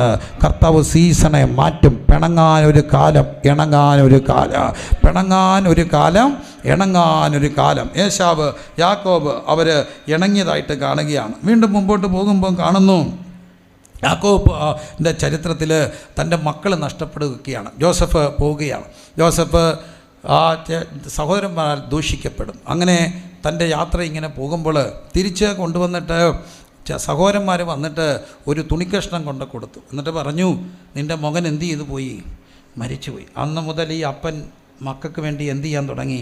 കരയാൻ തുടങ്ങി. എൻ്റെ നിറയെ ദുഃഖത്തോടെ പാതാളത്തിൽ. ചെറിയ കരച്ചിലല്ല. എളിയദാസനെ ഒരു അപ്പച്ചനും കാണാനുണ്ടെന്നും പറഞ്ഞുകൊണ്ട് കഴിഞ്ഞ വെള്ളിയാഴ്ച രാത്രി എന്നെ വിളിച്ചുകൊണ്ട് പോയി. അതോ ശനിയാഴ്ചയോ? മനസ്സിൽ നിന്ന് ആ ദുഃഖം മാറിയിട്ടില്ല. 85 വയസ്സുണ്ട് അപ്പച്ചന്. 35 വർഷം മുമ്പ് അമേരിക്കയ്ക്ക് പോയ മോനെപ്പറ്റി ഒരു വിവരവും ഇല്ല. അവൻ ഉണ്ടെന്നറിയാം, ഒരു കോണ്ടാക്റ്റ് ഇല്ല. അപ്പച്ചനെ ചിന്തിച്ച് ഓർമ്മ പോയി. അപ്പച്ചൻ കാർക്കശ്യകതയുള്ളൊരു മിലിറ്ററിക്കാരനായിരുന്നു. അതാണോ അവൻ പോയത്? അപ്പച്ചന് സംശയം. ഞാൻ അവനെ അതൊന്നും സ്നേഹിച്ചൊന്നുമില്ല, ഒത്തിരി അങ്ങ് വഴക്ക് പറയാൻ നന്മയ്ക്കാനും. എടി എത്ര നാളായിടി അവൻ പോയിട്ട്? അമ്മച്ചോട് ചോദിക്കുന്നു. 5 വർഷമല്ലേ? 35 വർഷമായി.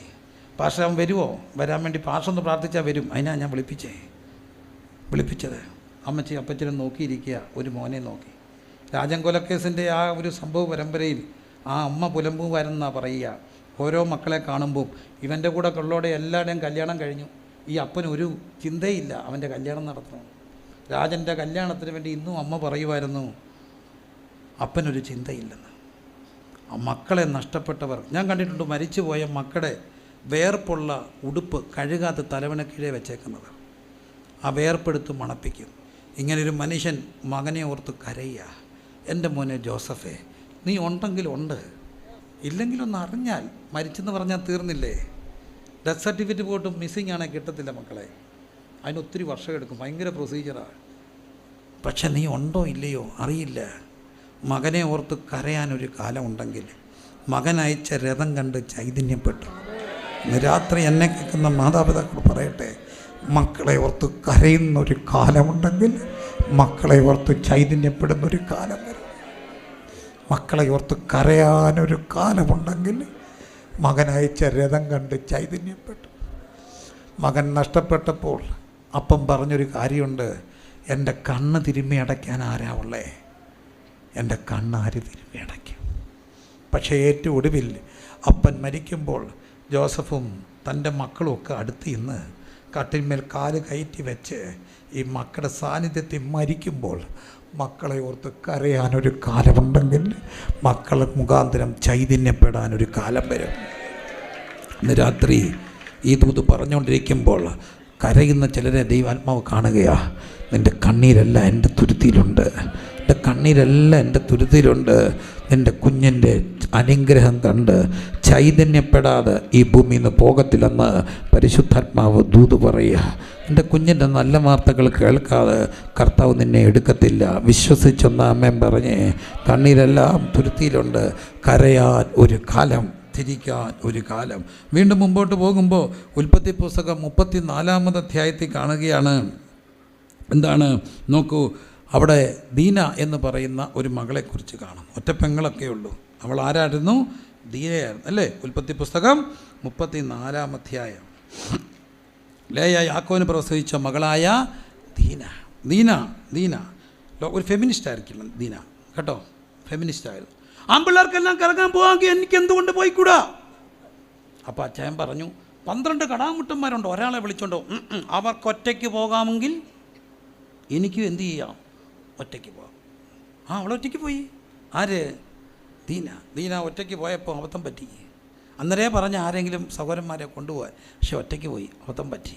അബദ്ധം പറ്റി കഴിഞ്ഞപ്പോൾ 2 സഹോദരന്മാർ, യുദ്ധത്തിനൊരു ധാർമ്മികതയുണ്ട്, ഏത് യുദ്ധത്തിനും ഒരു ധർമ്മനിഷ്ഠ വേണം. ആ ധർമ്മം മഹാഭാരതത്തിലൊക്കെ യുദ്ധം നടക്കുമ്പോഴൊക്കെ ധർമ്മങ്ങളെക്കുറിച്ച് പറയുന്നു. ധർമ്മം വേണം യുദ്ധത്തിന്. പക്ഷേ ഇവിടെ ചതിച്ചു. എന്താ കാര്യം എന്നറിയാമോ? അവരെ പരിച്ഛേദന കർമ്മം കഴിഞ്ഞിരിക്കുമ്പോൾ, വേദനപ്പെട്ടിരിക്കുമ്പോൾ ചതിച്ചെന്ത് ചെയ്തു? കൊന്നു. അപ്പോൾ ഈ അപ്പം പറയുന്ന ഒരു വിലാപമുണ്ട്, ഉൽപ്പത്തി 34:30. മക്കളെ, നിങ്ങളെന്നെ നാറ്റിച്ചല്ലോ. മക്കളെ, നിങ്ങളെന്നെ എന്ത് ചെയ്തു? നാറ്റിച്ചു. പക്ഷേ ഒടുവിൽ ഈ മക്കളുടെ അപ്പനാണ് യാക്കോബ് എന്ന് പറയുമ്പോൾ, മിസ്രൈമിലുണ്ടായ സുഗന്ധവർഗ്ഗം ഇട്ടപ്പോൾ അവർ പറയുന്നു, ഇത് ഇസ്രായേലിയരുടെ മഹാപ്രലാപം. എത്ര ദിവസമാണ് സുഗന്ധവർഗ്ഗം ഇട്ടത്?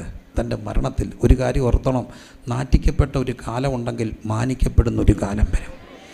നാറ്റിക്കപ്പെട്ട ഒരു കാലമുണ്ടെങ്കിൽ മാനിക്കപ്പെടുന്ന ഒരു കാലം വരും. വീണ്ടും മുമ്പോട്ട് പോകുമ്പോൾ കാണുകയാണ്, ഉൽപ്പത്തി പുസ്തകം 38-ാം അധ്യായത്തിൽ ഒരു പെൺകുട്ടി. എനിക്ക് ആ പെൺകുട്ടിയോട് സഹതാപം. അവൾ മോശപ്പെട്ട ഒരു സ്ത്രീയല്ല, ജീവിതത്തിൽ തകർക്കപ്പെട്ടവൾ, കുഞ്ഞില്ലാത്തവൾ. അന്ന് പുനരുത്ഥാന പ്രത്യാശ കാര്യമായില്ലാത്തൊരു കാലം.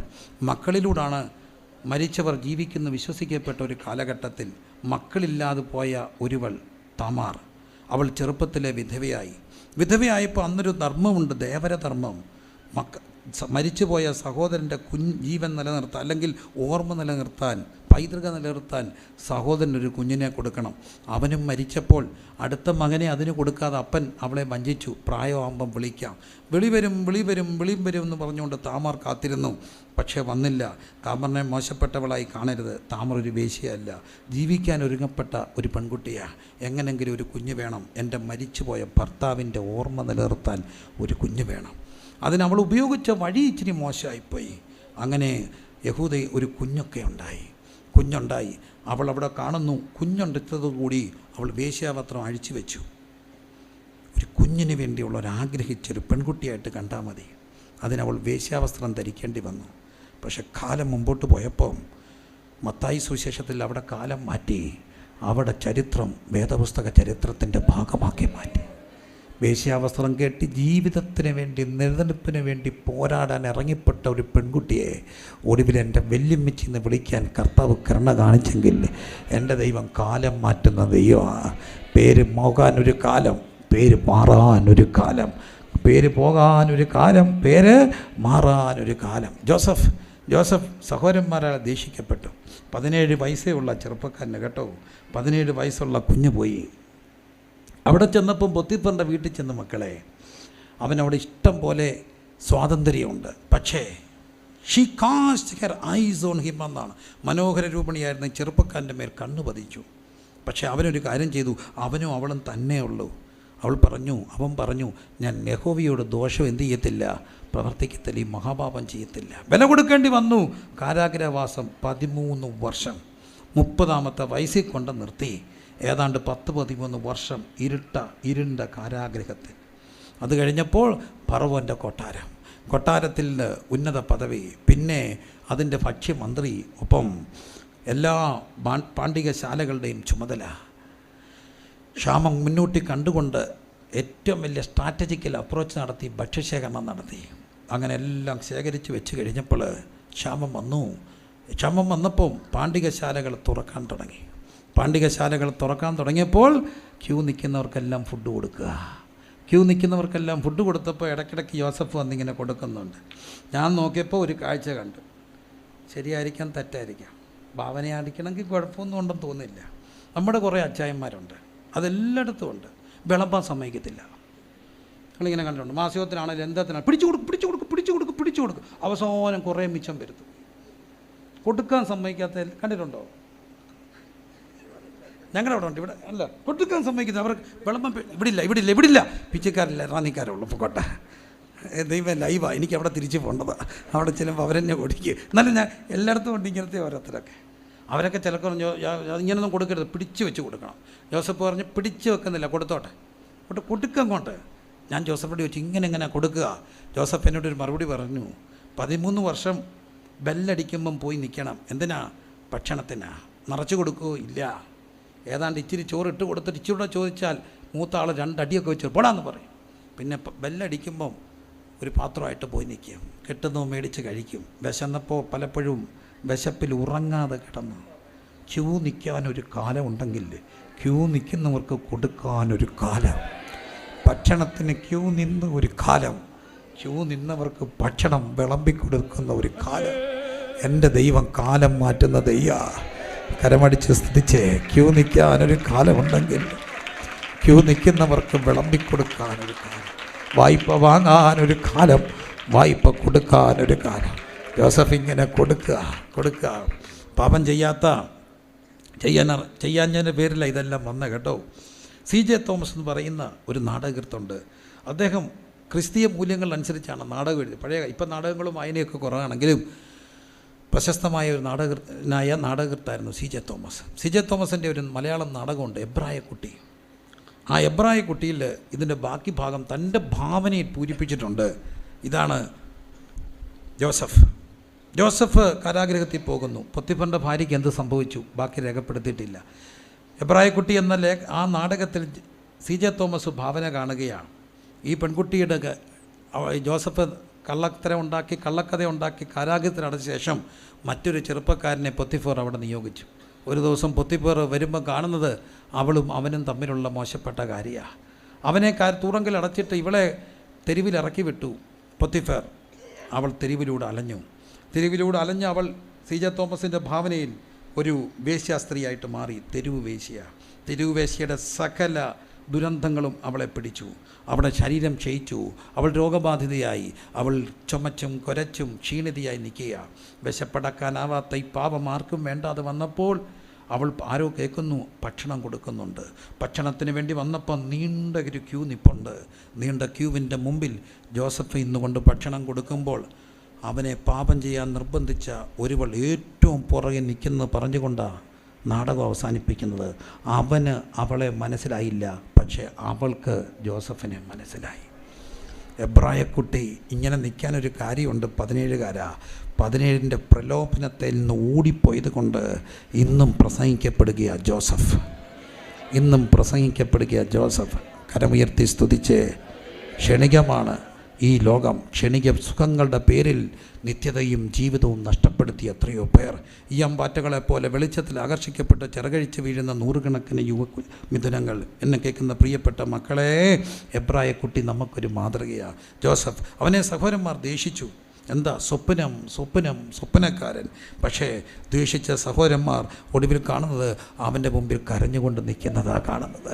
സഹോദരന്മാരാൽ ദേഷിക്കപ്പെടാൻ ഒരു കാലമുണ്ടെങ്കിൽ സഹോദരന്മാരാൽ മാനിക്കപ്പെടാൻ ഒരു കാലം, പുറത്താക്കാൻ ഒരു കാലം, ആദരിക്കപ്പെടാൻ ഒരു കാലം, ഒറ്റപ്പെടുത്താൻ ഒരു കാലം, ചേർത്ത് പിടിക്കാൻ ഒരു കാലം. കരമടിച്ച് സ്തുതിച്ച്, എൻ്റെ ദൈവം കാലം മാറ്റും. എൻ്റെ ദൈവം കാലം മാറ്റുന്ന ഒരു കാലം. എൻ്റെ ദൈവം കാലം മാറ്റുന്ന ദൈവം. Hallelujah, hallelujah, hallelujah. ഇന്ന് രാത്രി കാലം മാറ്റുന്ന ദൈവം നമ്മുടെ നീട്ടി വന്നിട്ടുണ്ട്, നമ്മുടെ നടുവിൽ വന്നിട്ടുണ്ട്. നോക്കൂ, മോശയുടെ ഒരു കാലം, എങ്ങനെ ഞാൻ കുഞ്ഞിനെ വളർത്തുമെന്ന് ഓർത്ത് ഭാരപ്പെട്ട ഒരു അമ്മയുടെ ഒരു കാലം. പക്ഷേ ആ കുഞ്ഞിന് തന്നെ കാശ് മേടിച്ച് പാല് കൊടുത്ത ഒരു കാലം.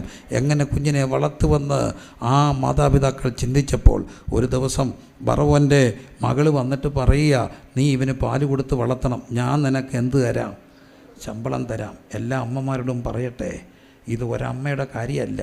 ഈ മക്കളെ ചേർത്ത് പിടിച്ച് അവർക്ക് ചൊല്ലും ചുളയും കൊടുത്ത് കരഞ്ഞ് പ്രാർത്ഥിക്കുമ്പോൾ നിങ്ങൾക്ക് സ്വർഗത്തിൽ ശമ്പളം തരുന്ന ഒരു ദൈവമുണ്ട്. ഓരോ അമ്മയോടും കർത്താവ് പറയുന്നു, മോശക്കുഞ്ഞിനെ കൊന്നുകളയാ. ഈ കുഞ്ഞ് ജനിച്ചാൽ ഡോക്ടർ പറഞ്ഞ് കളഞ്ഞേക്കാൻ. ഡോക്ടർ പറഞ്ഞു അതിന് വളർച്ച കാണത്തില്ല, വേണേ അബോർട്ട് ചെയ്തേക്കാൻ. അമ്മ തീരുമാനിച്ചു അബോർട്ട് ചെയ്യത്തില്ല. അങ്ങനെ എത്ര കുഞ്ഞുങ്ങളുണ്ടായി. ചില കുഞ്ഞുങ്ങൾക്ക് ഓട്ടിസം, ചില കുഞ്ഞുങ്ങൾക്ക് ഹൈപ്പറായ മക്കളെയൊക്കെ കളയാതെ ചേർത്ത് പിടിച്ച് കൊണ്ടു നടക്കുന്ന ഒത്തിരി അമ്മമാരുണ്ട്. തമ്പുരാൻ പറയുന്നു, നിനക്ക് ശമ്പളം തരുന്നത് നിൻ്റെ ഭർത്താവല്ല, സ്വർഗത്തിലെ ദൈവം നിനക്ക് പ്രതിഫലം തരും. ഇന്ന് രാത്രി മക്കളെ ചേർത്ത് പിടിച്ച് കണ്ണീരോടെ പെട്ടകത്തിലാക്കി, എൻ്റെ കുഞ്ഞെ നിന്നെ കളയില്ല, പറവോൻ്റെ കൽപ്പനയ്ക്ക് നിന്നെ ഞാൻ വിട്ടുകൊടുക്കില്ലെന്ന് പറഞ്ഞ് ഞാങ്ങണപ്പെട്ട ഉണ്ടാക്കി കണ്ണീരും ഉപവാസം കൊണ്ട് കീലും പശയം തേച്ച് അതിനെ ഒളിപ്പിക്കുന്ന ഓരോ അമ്മയോടും തമ്പുരാൻ പറയുന്നു, നിനക്ക് പ്രതിഫലം ഞാൻ തരും അമ്മ, നിനക്ക് പ്രതിഫലം ഞാൻ തരും. പറവോൻ്റെ പുത്രി ശമ്പളം കൊടുത്ത് അമ്മയ്ക്ക് പാല് കൊടുത്തെങ്കിൽ ഇന്ന് രാത്രി അമ്മയോട് പറയുക, നിൻ്റെ കഷ്ടപ്പാടുകൾക്ക് ഞാൻ പ്രതിഫലം തരും. കുഞ്ഞെൻ്റേതാ, നിങ്ങളുടേതല്ല. നിങ്ങൾ കുഞ്ഞുങ്ങളെ എനിക്ക് വേണ്ടി വളർത്തുമ്പോൾ, നിങ്ങൾ കുഞ്ഞുങ്ങളെ എനിക്ക് വേണ്ടി പ്രാർത്ഥിച്ച് ചേർത്ത് പിടിക്കുമ്പോൾ നിങ്ങൾക്ക് പ്രതിഫലം തരുന്ന ഒരു ദൈവമുണ്ട്. അമ്മമാരോടുള്ള ദൂത്, നിങ്ങൾക്ക് പ്രതിഫലം തരുന്നു സ്വർഗമാ. എല്ലാ അമ്മമാരും കരമുയർത്തി ഒന്ന് പ്രാർത്ഥിച്ചേ. നിങ്ങൾക്ക് പ്രതിഫലം തരുന്നത് സ്വർഗ. എനിക്ക് ഈ അമ്മമാരോടൊരു കാര്യം പറയാനുണ്ട്. ഉൽപ്പത്തി പുസ്തകം 16-ാം അധ്യായത്തിൽ അബ്രഹാം സാറയ്ക്ക് കുഞ്ഞുങ്ങളുണ്ടാകാതിരുന്നപ്പോൾ ഹാഗറിലൊരു കുഞ്ഞുണ്ടായി. സത്യത്തിൽ ആ പാവം അല്ല അത് ചെയ്തത്. ആരാ ഇതിനെല്ലാം ഇടനില നിന്നത്? സാറ ഇടനില നിന്നിട്ട് ഒരു കുഞ്ഞിനെ ഹാഗറിൻ്റെ വയറ്റിൽ കൊടുത്തു. ഹാഗറിൻ്റെ വയറ്റിൽ കുഞ്ഞുണ്ടായപ്പം മുതൽ സാറയുടെ മട്ട് മാറി. എന്താ കാര്യം? ഇഷ്ടക്കേട്. അന്ന് വരെ അബ്രഹാം വരുമ്പോൾ ഹാഗർ അങ്ങ് പരിയമ്പറത്താ. സാറയാ വന്ന് കഞ്ഞി കൊടുക്കുന്നു, കൈലി കൊടുക്കുന്നു, കാപ്പി കൊടുക്കുന്നു, മോരും വെള്ളം കൊടുക്കുന്നു. ഇപ്പം കാലം മാറി. ഹാഗർ പതുക്കെ വന്ന് അബ്രഹാമിനോട് ചോദിച്ചു, മോരും വെള്ളം തരട്ടെ? ആർക്കും ഇഷ്ടപ്പെട്ടില്ല. ഇടി പോടി കുഞ്ഞ്, ഇടി പോടി കുഞ്ഞ്. കുഞ്ഞിൻ്റെ അപ്പനായതുകൊണ്ട് അവൾക്കൊരധികാരം. സാറ തീരുമാനിച്ചു ഇവളെ ഓടിക്കണം. കാഠിന്യം തുടങ്ങി. എന്ത് ചെയ്തു? ഓടിച്ചു. സത്യമല്ലേ? സഹോദരിമാർ ചിന്തിച്ചാൽ, മനസ്സ് വെച്ചാൽ ആരെ ഓടിക്കത്തില്ലേ? ആരെ ഓടിക്കും? ഏത് പാസ്റ്ററെ ഓടിക്കണമെങ്കിലും ഇവർ ചിന്തിച്ചാൽ മതി. സത്യ പാസ്റ്റർ ഇവർ പറയുക, അച്ചായൻ കമ്മിറ്റി ബഹളം വെക്കുമ്പോൾ, ഇനി വാ അവിടെ പോയി ബഹളം വെച്ചിട്ട് വാ, ഞാൻ കാണിക്കാം, ഇനി വാ വീട്ടിലോട്ട്. മിണ്ടുവോ? ചെക്കിങ് വാ, കഞ്ഞി വെള്ളം തരത്തില്ല, ഞാൻ എൻ്റെ വീട്ടിൽ പോകും. പുള്ളി മിണ്ടുവോ? മിണ്ടത്തില്ല.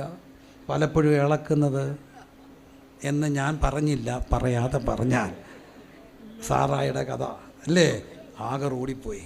ദൂതൻ പറഞ്ഞു, നീ പോവല്ലേ, നീ വീട്ടിൽ പോ. 14 വർഷം ഇസാക്ക് ജനിക്കാൻ, മുലകുടി മാറാൻ 3 വർഷം, ഏകദേശം 17 വർഷം. 17 വർഷം ഹാഗർ സഹിച്ചവിടെ നിന്നു. കഷ്ടതയുടെ നെല്ലിപ്പല. 17 വർഷം കഴിഞ്ഞപ്പോൾ ഈ കുഞ്ഞിനെ ഇറക്കി വിട്ടു, അമ്മയും മോനെയും കൂടെ. ഈ കുഞ്ഞ് അമ്പമ്പാട് ദൂരത്ത് പോയി തളർന്ന് കിടക്കുക. കൊച്ചു കുഞ്ഞല്ല, ബാലൊന്നും അല്ല കേട്ടോ. ചിന്തയാ, 17 വയസ്സുണ്ട്. 17 വയസ്സുള്ള കുഞ്ഞിനാണോ ആരോഗ്യം, അമ്മയ്ക്കാണോ? 17 വയസ്സുള്ള കുഞ്ഞിനാണോ ആരോഗ്യം, അമ്മയ്ക്കാണോ? കുഞ്ഞിനാ. പക്ഷേ ഈ കുഞ്ഞ് കണ്ട് ആടെ പോയി കിടക്കുക, ഇപ്പം ചാകും. നമ്മുടെ പിള്ളേർ ഇതുപോലെ എന്താ പറഞ്ഞാലും അവർക്ക് ഇപ്പം ചാകണം. എന്തിനു എഴുതുന്നു? ഒറ്റ കാര്യം, ഞാൻ ചത്തുകളയും. പരീക്ഷ തോറ്റാൽ ചാകും, പരീക്ഷ ജയിച്ചാലും സങ്കടം, ഐഫോൺ കിട്ടിയാൽ സങ്കടം, ഐഫോണിൽ അവളെ ബ്ലോക്ക് ചെയ്താലും അവൾ ചാകും. ഏതിനും ഒറ്റ കാര്യം അറിയത്തുള്ളൂ, എന്ത് ചെയ്യുക? ചാകുക. ആൺപിള്ളേർ ഇത് തന്നെയാണ്. പ്രണയം പൊട്ടിയാൽ ചാകും, എല്ലാത്തിനും ചാകുക. പ്രണയം വന്ന് പെണ്ണ് അവനെ ചതിച്ചു, ചാകാൻ പോകുന്ന ചെറുക്കനോട് ഞാൻ പറഞ്ഞു, മോനെ ചാകല്ലേ. എന്താ കാര്യം? പ്രൈവറ്റ് ബസ്സിന് കാത്തു നിൽക്കുന്ന പോലാണ് പ്രേമം. ഒരു വണ്ടി പോയാൽ അടുത്ത വണ്ടി വരും. നീ ചാകല്ല മക്കളെ. ഏതെങ്കിലും ആ വണ്ടിയിൽ ആളാണെങ്കിൽ അടുത്ത വണ്ടി വരുവടാ. ഏതെങ്കിലും ഒരു വണ്ടി കാലി അടിച്ച് വരുമ്പോൾ നീ അങ്ങ് കയറിയാൽ മതി. കയറാനൊക്കെ ചാകല്ലേ മക്കളെ. എന്നാൽ ഈ മക്കളൊക്കെ എന്തു ചെയ്യും? ചാകാൻ തുടങ്ങുക. പക്ഷേ ഈ അമ്മയ്ക്കൊരു കഴിവുണ്ട്. 17 വർഷം കാഠിന്യം സഹിച്ച അമ്മ അവളെ താങ്ങിപ്പിടിച്ചു. നിങ്ങൾ ഒത്തിരി കഷ്ടപ്പെട്ടവരാ. നിങ്ങൾ ചെന്ന് കല്യാണം കഴിച്ച് കയറിയപ്പോൾ ആ വീട്ടിൽ ശക്തിയായ അമ്മായിമ്മയുടെ പോര് കുറേ കൊണ്ടതാണ്. നാത്തൂന് ഒട്ടും മോശമല്ലായിരുന്നു. എല്ലാവരും കൂടെ ഒരു കെട്ട് തുണി കൊണ്ടങ്ങോട്ട് ഇടുമായിരുന്നു കഴുകിക്കൊള്ളാൻ. മിണ്ടാതെ പോയി കഴുകി കയറി വന്നില്ലേ. ഗർഭിണിയായിരിക്കുമ്പോൾ എന്ത് കഷ്ടപ്പെട്ടതാണ്. ഒറ്റ കാര്യത്തിനാണ്, ഈ പിള്ളേരെ താങ്ങിപ്പിടിക്കാൻ കരങ്ങൾക്ക് ശക്തിയുണ്ട്. തളർന്നു പോകുന്ന പിള്ളേരോട് പറയണം, സാരയില്ലടാ, അമ്മ ഇതിനൊക്കെ അപ്പുറം പോയതാ, പക്ഷെ തമ്പുരാനോട് പ്രാർത്ഥിച്ചാൽ മതിയെന്ന് പറയാൻ കഴിവുള്ള കരുത്തുറ്റ കരങ്ങളിനകത്തുണ്ട്. വരും തലമുറയെ താങ്ങിപ്പിടിക്കാൻ നിങ്ങൾ കഷ്ടം സഹിച്ച എന്തിനാണെന്നറിയാമോ? അടുത്ത തലമുറയെ താങ്ങാൻ. ആ കരങ്ങളെ ഉയർത്തി ദൈവത്തോട് പറ, മരിച്ചാൽ മതിയെന്ന് പറയുന്ന കുഞ്ഞുങ്ങളെ താങ്ങിപ്പിടിക്കാൻ തമ്പുരാൻ നിങ്ങളുടെ കരങ്ങൾക്ക് ഇരട്ടി ശക്തി തരും. കരങ്ങളടിച്ച് സ്തുതിച്ചേ. വെറുതെ ഇരിക്കരുത് ആരും. നോക്കൂ, കാലം മാറ്റുന്ന ദൈവമുണ്ട്. നോക്കൂ, കാലം മാറ്റുന്ന ദൈവമുണ്ട്. മുമ്പോട്ട് പോകുക. അതീവ സുന്ദരിയായിരുന്ന ആ സഹോദരി, പക്ഷേ അവൾ വിജാതിയായിരുന്നു. ഒരു ശാപത്തിൻ്റെ കണ്ണിയുടെ ഉണ്ടായിരുന്നു. അവിടെ ഭർത്താവ് മരിച്ചു, ഭർത്തൃ സഹോദരൻ മരിച്ചു, അമ്മ ഇപ്പം മരിച്ചു. രണ്ട് വിധവയായ അമ്മമാർ ജീവിക്കാൻ തീരുമാനിച്ചു. അവരവിടുന്ന് തിരിച്ച് നടന്ന് ബേത്ലഹേമിൽ വന്നു. എന്നിട്ട് ബോവസിൻ്റെ ആ കളത്തിൽ ചെന്നിട്ട് കാല പറക്കാൻ വേണ്ടി ചോദിച്ചു. സുന്ദരിയായ പെൺകുട്ടി. പക്ഷെ ഇന്നവളെ കണ്ട സൗന്ദര്യമില്ല. പാറിപ്പറന്ന ചെമ്പിച്ച മുടി, എണ്ണ കണ്ടിട്ട് ഒത്തിരി നാളായി. ആ സാരിയെല്ലാം ചവണ്ട സാരി, മാറാപ്പൊക്കെ പുതച്ചവൾ വരികയാണ്. അവൾ ചോദിച്ചു, കാല പറക്കിക്കോട്ടെന്ന്. കാല പറക്കുന്നൊരു കാലം ഉണ്ടെങ്കിൽ രൂത്തിൻ്റെ പുസ്തകം അവസാനിക്കുന്നത് കാലായുടെ ഉടമസ്ഥ ആയിക്കൊണ്ട. എൻ്റെ ദൈവം കാല മാറ്റുന്ന ദയ്യ, കാലം മാറ്റുന്ന ദയ്യ. കാല പറക്കിയവളെ കാലായുടെ ഉടമസ്ഥയാക്കി. ചിലപ്പോഴെങ്കിലുമൊക്കെ കണ്ടിട്ടുണ്ട്, തറവാടുകളൊക്കെ ആയിട്ട് കല്യാണമൊക്കെ ആലോചിക്കുമ്പോൾ കല്യാണമെല്ലാം ഉറച്ചൊക്കെ അല്ലെങ്കിൽ വാക്ക് പറയുമ്പോൾ കാരണവന്മാർ മാറ്റി നിർത്തി പറയുന്നു, വേണോ വേണ്ടായോ എന്നൊന്ന് ആലോചിച്ച് നോക്കണം. എന്താ കാര്യം? നിങ്ങൾക്കറിയാത്തൊരു കാര്യമുണ്ട്. ഇവൻ്റെ വല്യപ്പൻ നമ്മുടെ ടാപ്പിങ്ങാനായിരുന്നു. അപ്പം നമുക്ക് വേണം, പറഞ്ഞിട്ട് കാര്യമില്ല. പിള്ളേർ പറഞ്ഞ മിണ്ടണ്ട, അവന് ഭയങ്കര ജോലിയാണ്, 2-3 ലക്ഷം രൂപ ശമ്പളം ഉണ്ട് അച്ചായ, മിണ്ടാരി. എടാ എന്നാലും ടാപ്പിങ്ങുകാരനാ. കാര്യമുണ്ടേ, ഈ വല്യപ്പൻ വെളുപ്പിനെ ടാപ്പിങ്ങിന് പോകുമ്പോൾ വളഞ്ഞു കുത്തി ടാപ്പ് ചെയ്യുമ്പോൾ അമ്മച്ചൂടെ കൂടെ പോവും. എന്തിനാ? വിളക്ക് കാണിക്കാൻ. 2 പേരും കൂടെ ടാപ്പിങ് കുത്തി ചെയ്തപ്പം അയാളൊന്ന് കരഞ്ഞു പ്രാർത്ഥിച്ചു, പിള്ളേരുടെ ഗതികേടൊന്ന് മാറ്റിയേക്കണേ. പിന്നെ ആ കിട്ടിയ ഒട്ടുപാലും പറിച്ച് വിറ്റ് അതിൻ്റെ ദശാംശം കൊണ്ടുവന്ന് സഭയെ കൊടുത്ത് ആരും ഇടയോഗം ഏക്കാഞ്ഞപ്പം, അച്ചായന്മാരെ ഏക്കാഞ്ഞപ്പം ഇങ്ങനെ പറഞ്ഞ് എൻ്റെ വീട്ടിൽ വെച്ചോളാൻ. പലരും ഇടയോഗം ക്യാൻസൽ ചെയ്ത് എന്തിനാ? കാപ്പി വേണോ വേണ്ടായോ? അവസാനം കമ്മിറ്റി കൂടി തീരുമാനിച്ചു കാപ്പി കൊടുക്കണ്ട. കാപ്പി ഉണ്ടെങ്കിൽ ആരും വെക്കത്തില്ല. അച്ചായൻ പറഞ്ഞ് എൻ്റെ വീട്ടിൽ വെച്ചോളാൻ. ടാപ്പിങ് കുത്തി കിട്ടിയ പൈസയ്ക്ക് കാപ്പിയും വെച്ച് ചോറും വെച്ച് പാസ്റ്റർമാരെ വീട്ടിൽ കൊണ്ടുവന്ന് കഞ്ഞിയും ചോറും കൊടുത്ത് പോയപ്പം തമ്പുരാൻ തീരുമാനിച്ചു കാലം മാറ്റണമെന്ന്. അവൾ കാല പുറക്കിയ ഒരു കാലമുണ്ടെങ്കിൽ കാലായുടെ ഉടമസ്ഥയാകുന്ന ഒരു കാലം വരും. കരങ്ങളടിച്ച് സ്തുതിച്ച്. ദൈവം കാലം മാറ്റുന്ന ദൈവമാണ്. കരയാനൊരു കാലം, ചിരിക്കാനൊരു കാലം.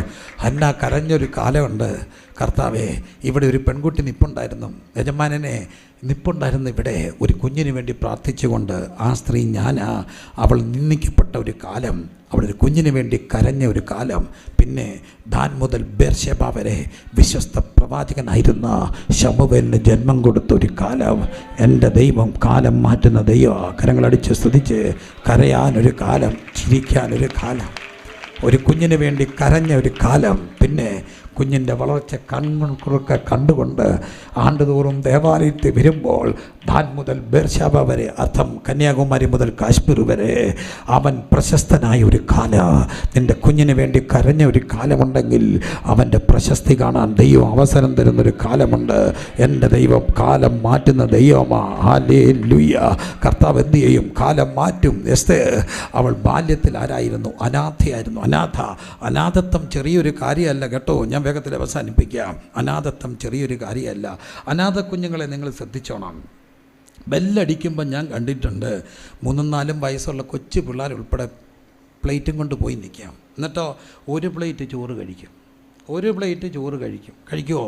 കഴിക്കും. അവർക്കറിയാം ആരും എന്ത് ചെയ്യത്തില്ല, വിളമ്പി കൊടുക്കത്തില്ല. കൊച്ചു പിള്ളേർ വില കഴിക്കും. എന്നാൽ നമ്മുടേനോടൊക്കെ വിളമ്പി വെച്ചിട്ട് വരാൻ, ഇപ്പം വരാവുന്ന, കഴിച്ചോളാവുന്ന, ഇതെൻ്റെ ഒരു സോക്കേടാ, എനിക്കറിയത്തില്ലയോ. എന്നാ കാര്യം?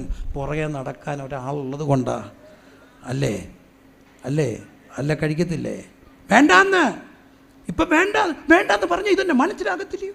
മക്കളെ, പുറകെ നടക്കാൻ ഒരാളുള്ളത് കൊണ്ടാണ്. പക്ഷേ അനാഥ കുഞ്ഞിന് ആരെങ്കിലും ഉണ്ടോ? ഇല്ല.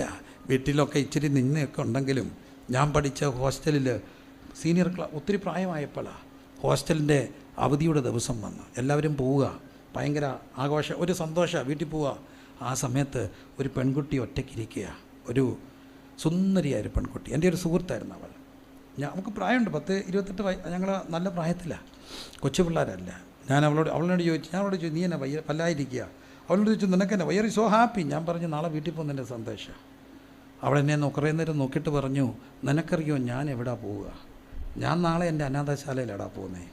അവിടെ എന്നെ കാത്ത ആരടാ ഇരിക്കുക? അടുത്തൊരു വാക്ക് എൻ്റെ മനസ്സ് മുറിഞ്ഞു പോയി. Vacation doesn't make any sense in my life. അവധിക്ക് എന്തർത്ഥമാടാ? അവിടെ ആരാ? നിനക്ക് വീട്ടിൽ പോകുന്നത് വീട്ടുകാർ നോക്കിയിരിക്കുന്നുണ്ടല്ലേ? എന്നെ കാത്ത ആരാ ഇരിക്കുക? അവൾ അനാഥയായിരുന്നു എസ്തർ. അവളെ കാത്ത ആരെയില്ല. എന്നിട്ടും മൊർദെഖായി ഇങ്ങനെ ചേർത്ത് പിടിച്ച് ഒരു പെണ്ണിനെ കൊണ്ട് നടന്നു. പക്ഷെ അവിടെ യൗവനത്തിൽ അവൾ രാജ്ഞിയായിരുന്നു. കാലം മാറ്റി ഒരു പെണ്ണിൻ്റെ. എനിക്ക് വസ്തിയോട് ഒരു പിണക്കയില്ല. അവൾ മോശപ്പെട്ട പെണ്ണല്ല. അവളാണ് ശരിക്കും പെണ്ണ്. തെറവുള്ളൊരു പെണ്ണായിരുന്നു. ആര്? വസ്തി. എന്താ കാര്യം? ഭർത്താവ് പറഞ്ഞ് പോയി അവിടെ അഴിഞ്ഞാടാൻ. അവൾ പറഞ്ഞ് എന്നെ കിട്ടത്തില്ലെന്ന്. അവളാണ് പെണ്ണ്. പക്ഷേ തമ്പുരാൻ അവളോട് പിണക്കുണ്ടായിട്ട് മാറ്റിയല്ല, ഈ അനാഥ പെണ്ണിനെ ഒന്ന് ഉയർത്താൻ വേണ്ടി മാറ്റിയെന്നേ ഉള്ളൂ. ബാല്യത്തിൽ അനാഥ, യൗവനത്തിൽ രാജ്ഞി. എൻ്റെ ദൈവം കാലം മാറ്റും കേട്ടോ. ഈ രാത്രി കാലം മാറ്റുന്നൊരു ദൈവം വന്നിട്ടുണ്ട്. കാലം മാറ്റുന്നൊരു ദൈവമുണ്ട്. കരങ്ങളടിച്ച് സ്തുതിച്ചേ. 12 വർഷമായിരുന്നു രക്തസ്രാവം. പക്ഷേ എൻ്റെ ദൈവം കാലം മാറ്റി. 18 വർഷമായിരുന്നു അവൾ കൂനിയായി പോയത്. എൻ്റെ തമ്പുരാൻ കാലം മാറ്റി. 38 ആണ്ടാ അവൻ കടക്കേ കിടന്നത് കുളക്കടവിൽ. ദൈവം കാലം മാറ്റി. പിറവിയിലെ അവൻ കുരുടനായിരുന്നു. എണ്ണിച്ചത് നമ്മുടെ പാപങ്ങളെ മാറ്റാൻ. അത് വ്യക്തിപരമായി സ്വീകരിക്കുമ്പോഴാണ് ഒരുവൻ രക്ഷിക്കപ്പെടുക. യേശു കർത്താവ് നമുക്ക് വേണ്ടി മരിച്ചു. ആ മരണം നമ്മുടെ മരണമാക്കാനാണ് സ്നാനമുള്ളത്. എന്തിന്? നമ്മുടെ കർത്താവ് നമുക്ക് വേണ്ടി മരിച്ചു. 2000 വർഷം മുമ്പ് മരിച്ച കർത്താവ് എനിക്ക് വേണ്ടിയാണെന്ന് വിശ്വസിക്കുന്നവർ ആ മരണം വ്യക്തിപരമായി നമ്മുടെ മരണമാക്കി അവൻ്റെ മരണത്തോട് അനുരൂപപ്പെട്ടെങ്കിലേ പുനരുത്ഥാനത്തോട് ഏകീഭവിക്കത്തുള്ളൂ. അവിടുത്തെ മരണത്തോട് അനുരൂപപ്പെടാനുള്ള ഏറ്റവും വലിയ വഴിയാണ് സ്നാനം. റോമാലേഖനം 6-ാം അധ്യായം കൃത്യമായി പറയുന്നു, അവൻ്റെ മരണത്തിൻ്റെ സാദൃശ്യത്തോട് ഏകീഭവിച്ചെങ്കിൽ ബാക്കി പൂരിപ്പിച്ചേ പുനരുത്ഥാനത്തിൻ്റെ സാദൃശ്യത്തോടും ഏകീഭവിക്കും. ഒന്നുകൂടെ പറഞ്ഞ്, അവൻ്റെ മരണത്തിൻ്റെ സാദൃശ്യത്തോട് ഏകീഭവിച്ചെങ്കിൽ പുനരുത്ഥാനത്തിൻ്റെ സാദൃശ്യത്തോടും. എന്തിനാ ഈ സ്നാനത്തിന് ഇത്ര പ്രശ്നമുണ്ട്? ഒറ്റ പ്രശ്നം ലോകത്തിനുള്ളത്, മരിക്കുകയാണ്. ലോകത്തിന് മരിക്കും, പിന്നെ ലോകത്തിന് നിൻ്റെ മേൽ പിടുത്തമില്ല. ആ പിടുത്തത്തിൻ്റെ അവസാന കണ്ണിയും പൊട്ടും സ്നാനപ്പെടുമ്പോൾ. അതുകൊണ്ടാണ് സ്നാനത്തിൻ്റെ സമയത്ത് ഭയങ്കര പിടിവലി. എന്താ കാര്യം? ആന്തരിക സംഘർഷം, ബാഹ്യ സംഘർഷം. ഒറ്റ കാര്യം, അവൻ്റെ പിടി പൊട്ടുക. എന്നാൽ ആ പിടി പൊട്ടിക്കഴിഞ്ഞാൽ പിന്നെ നിങ്ങളെ പിടിച്ചു വെക്കാൻ ഒന്നും നോക്കത്തില്ല. മരണത്തിന് നിങ്ങളുടെ മേൽ അധികാരമില്ല. അതുകൊണ്ട് തന്നെ സ്നാനം കർത്താവിൻ്റെ മരണത്തോട് ചേരാൻ വേണ്ടിയാണ്. പലപ്പോഴും സ്നാനപ്പെടുമ്പോൾ ആൾക്കാർക്ക് ബുദ്ധിമുട്ടുണ്ട്. വളരെ പൊക്കം കുറഞ്ഞ ഒരു സാധുവായ സ്ത്രീ, സാധാരണക്കാരിയ ഒരു പഴയ ANM നേഴ്സ് റോഡിലൂടെ വരുമ്പോൾ ഒരു ആറ്റിൻ്റെ അവിടെ ഒരു സ്നാനം നടക്കുന്നു. ഒരപ്പച്ചൻ വിളിച്ചു ചോദിക്കുന്നു, ഇതാ വെള്ളം, സ്നാനമേൽക്കാൻ ആരെങ്കിലും ഉണ്ടോ? മുന്നും പിന്നും നോക്കിയില്ല. ഉടുതുണിക്കും മറുതുണിയില്ല. ചാടി ഇറങ്ങി. അന്ന് വയസ്സ് 10-24. മറ്റാരും ആയിരുന്നില്ല, എൻ്റെ അമ്മയായിരുന്നു. സ്നാനപ്പെട്ട് കയറി വന്നപ്പോൾ ഉടുക്കാൻ തുണിയില്ലായിരുന്നു. ആരോ കൊണ്ട് കൊടുത്ത് പുതപ്പിച്ചാൽ കെട്ടിക്കൊണ്ട് വന്നേ. പക്ഷെ തിരിഞ്ഞു നോക്കേണ്ടി വന്നില്ല. ആയിരക്കണക്കിന് പേരെ കർത്താവിലേക്ക് നയിക്കുവാൻ ദൈവം അവസരം കൊടുത്തു. ഒറ്റക്കാരി അന്നൊറ്റയ്ക്ക് ഇങ്ങനെ ഇറങ്ങിയത് കൊണ്ടാണ്. തിരിഞ്ഞു നോക്കേണ്ടി വന്നിട്ടില്ല. ഇന്ന് രാത്രി കർത്താവിനോട് മരണത്തോട് ചേർന്ന, അന്ന് ആരോടും ചോദിക്കാതെ, ആ ജഡരക്തങ്ങളോട് ആലോചന ചോദിക്കാതെ ഇറങ്ങി തിരിച്ചത് കൊണ്ട് പ്രിയമുള്ളവരെ, ഞങ്ങളുടെ വീട് ദൈവത്താൽ അനുഗ്രഹിക്കപ്പെട്ടു. അതിൻ്റെ ബ്രാഞ്ചുകൾ എത്രയിടത്തുണ്ട്. എന്തുമാത്രം ദൈവദാസന്മാർ, എന്തുമാത്രം സഭകൾ, എന്തുമാത്രം ദൈവമക്കൾ, കുടുംബങ്ങൾ. ഒറ്റ കാര്യം, അന്നൊരാളിങ്ങനെ ഇറങ്ങിയത് കൊണ്ട്. ഇന്ന് രാത്രി ഞാൻ ചോദിക്കട്ടെ, യേശു കർത്താവിൻ്റെ മരണമെന്ന ആ മരണത്തോട് അനുരൂപപ്പെടാൻ വെച്ചിരിക്കുന്ന സ്നാനത്തിൽ അവിടുത്തെ മരണത്തോട് അനുരൂപപ്പെടാൻ എനിക്ക് ആഗ്രഹമുണ്ട്. ഇന്ന് സ്നാനപ്പെടണമെന്ന് ഞാൻ പറയത്തില്ല. ദൈവം ഒരു അവസരം തന്നാൽ എനിക്കതിന് എനിക്കൊരു ആഗ്രഹമുണ്ട്. ഞാൻ അതിനുവേണ്ടി ഞാൻ സ്നാനപ്പെട്ടിട്ടില്ല. എനിക്ക് ആഗ്രഹമുണ്ട്. ഒരു പക്ഷേ ക്യാമറകൾ അവർക്ക് ബുദ്ധിമുട്ടായിരിക്കും. ഓഡിയൻസിൽ നിന്ന് ക്യാമറ ഒന്ന് മാറ്റണം. കാരണം അത് അവിടെ പ്രൈവസിയെ ബാധിക്കുന്ന കാര്യമാണ്. സോറി. എനിക്ക് സ്നാനപ്പെടാൻ ആഗ്രഹമുണ്ട്. അങ്ങനെ ആരെങ്കിലും ഉണ്ടെങ്കിൽ ഒന്ന് കരം ഉയർത്തിക്കേ. ഞാൻ സ്നാനപ്പെട്ടിട്ടില്ല, സ്നാനപ്പെടാൻ ആഗ്രഹമുണ്ട്. കരങ്ങൾ ഉയർത്തിപ്പിടിച്ചേ പ്രാർത്ഥിക്കാൻ. കുഞ്ഞുങ്ങളെ ദൈവം അനുഗ്രഹിക്കട്ടെ. സഹോദരനെ ദൈവം അനുഗ്രഹിക്കട്ടെ. പ്രിയപ്പെട്ട അമ്മ സഹോദരിയ ദൈവം അനുഗ്രഹിക്കട്ടെ. പ്രിയ സഹോദരിയ ദൈവം അനുഗ്രഹിക്കട്ടെ. പ്രിയ കുഞ്ഞിനെ ദൈവം അനുഗ്രഹിക്കട്ടെ. വത്സല്യ സഹോദരിയ ദൈവം അനുഗ്രഹിക്കട്ടെ. പുറകെ കണ്ട കൈവൃത്തിക്കാരത്തെ ദൈവം അനുഗ്രഹിക്കട്ടെ. യേശുവിൻ്റെ നാമത്തിൽ കർത്താവേ, ഇന്ന് കർത്താവിനോട് ചേരാൻ തീരുമാനിച്ച ഈ സഹോദരങ്ങളെ ഞങ്ങൾ ചേർന്ന് പിതാവിൻ്റെ പുത്രൻ്റെയും പരിശുദ്ധാത്മാവിൻ്റെ നാമത്തിൽ അനുഗ്രഹിക്കും. യേശു കർത്താവിൻ്റെ നാമത്തിൽ അവരെ ഞങ്ങൾ അനുഗ്രഹിച്ച് പ്രാർത്ഥിക്കുമ്പോൾ അവരൊറ്റയ്ക്കല്ല കേട്ടോ. നിങ്ങൾ ഇറങ്ങുമ്പോൾ നിങ്ങളുടെ കൂടെ വലിയൊരു കുടുംബം ആളുകൾ ഇറങ്ങും. നീ അവരുടെ പക്ഷം ചേരത്തില്ല, അവർ നിൻ്റെ പക്ഷം ചേരും. നിങ്ങൾ അവരുടെ പക്ഷമല്ല, അവർ നിൻ്റെ പക്ഷം ചേരും. ഏകനായി വിളിച്ച് അബ്രഹാമിനെ വർദ്ധിപ്പിച്ച ദൈവം ഇന്ന് രാത്രി തീരുമാനിച്ചോട് പറയുക, നിങ്ങൾ അവരുടെ പക്ഷം ചേരുകയല്ല, അവർ നിങ്ങളുടെ പക്ഷം ചേരും. യേശുവിൻ്റെ നാമത്തിൽ ഈ കരങ്ങൾ ഉയർത്തിയ പ്രിയപ്പെട്ടവരെ ഞങ്ങൾ അനുഗ്രഹിച്ചു പ്രാർത്ഥിക്കും. കർത്താവിനാൽ അവർ അനുഗ്രഹിക്കപ്പെടട്ടെ. യേശു കർത്താവിൻ്റെ നാമത്തിൽ തന്നെ കരങ്ങളെ താഴ്ത്തിട്ടാണ്. ലോകത്തിലെ ഏറ്റവും ഭാഗ്യമുള്ളൊരു കാര്യമാണ് കർത്താവിൻ്റെ വേല ചെയ്യുക, കർത്താവിൻ്റെ പ്രചാരകരായിരിക്കുക.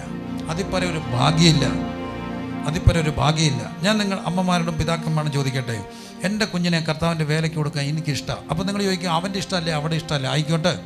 നേഴ്സിങ്ങിനെ വിട്ടത് നമ്മുടെ കൂടെ ഇഷ്ടമല്ലായിരുന്നു, എഞ്ചിനീയറിംഗ് വിട്ടത് നമ്മുടെ കൂടെ ഇഷ്ടമില്ലായിരുന്നു. എൻ്റെ കുഞ്ഞിനെ കർത്താവിൻ്റെ വേലയ്ക്ക് വേണ്ടി കൊടുക്കാൻ എനിക്കിഷ്ടമാണ്.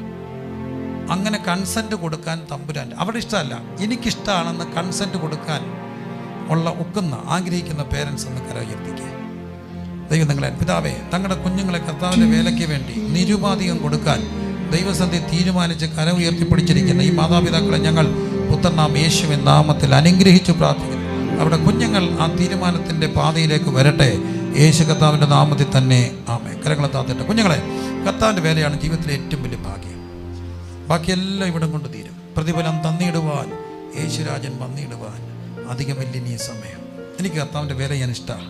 ആൺകുട്ടികളെയും പെൺകുട്ടികളെയും കർത്താവിൻ്റെ വേല, കർത്താവിൻ്റെ വേല ജീവിതത്തിലെ ഏറ്റവും വലിയ ഭാഗ്യമാണ്. എനിക്ക് കർത്താവിൻ്റെ ഒരു വേലക്കാരനാകണം. അതിന് കഴിവ് ആവശ്യമില്ല, കഴിവുണ്ടെങ്കിൽ നല്ലതെന്നുള്ളൂ. അതിന് ഏക ആവശ്യം സമർപ്പണമാണ്. സമർപ്പണമാണ്. തിമോത്തിയോസ് ഒത്തിരി പ്രശ്നങ്ങളുണ്ടായിരുന്നു, കൂടെ ക്ഷീണം ഉണ്ടായിരുന്നവനാണ്.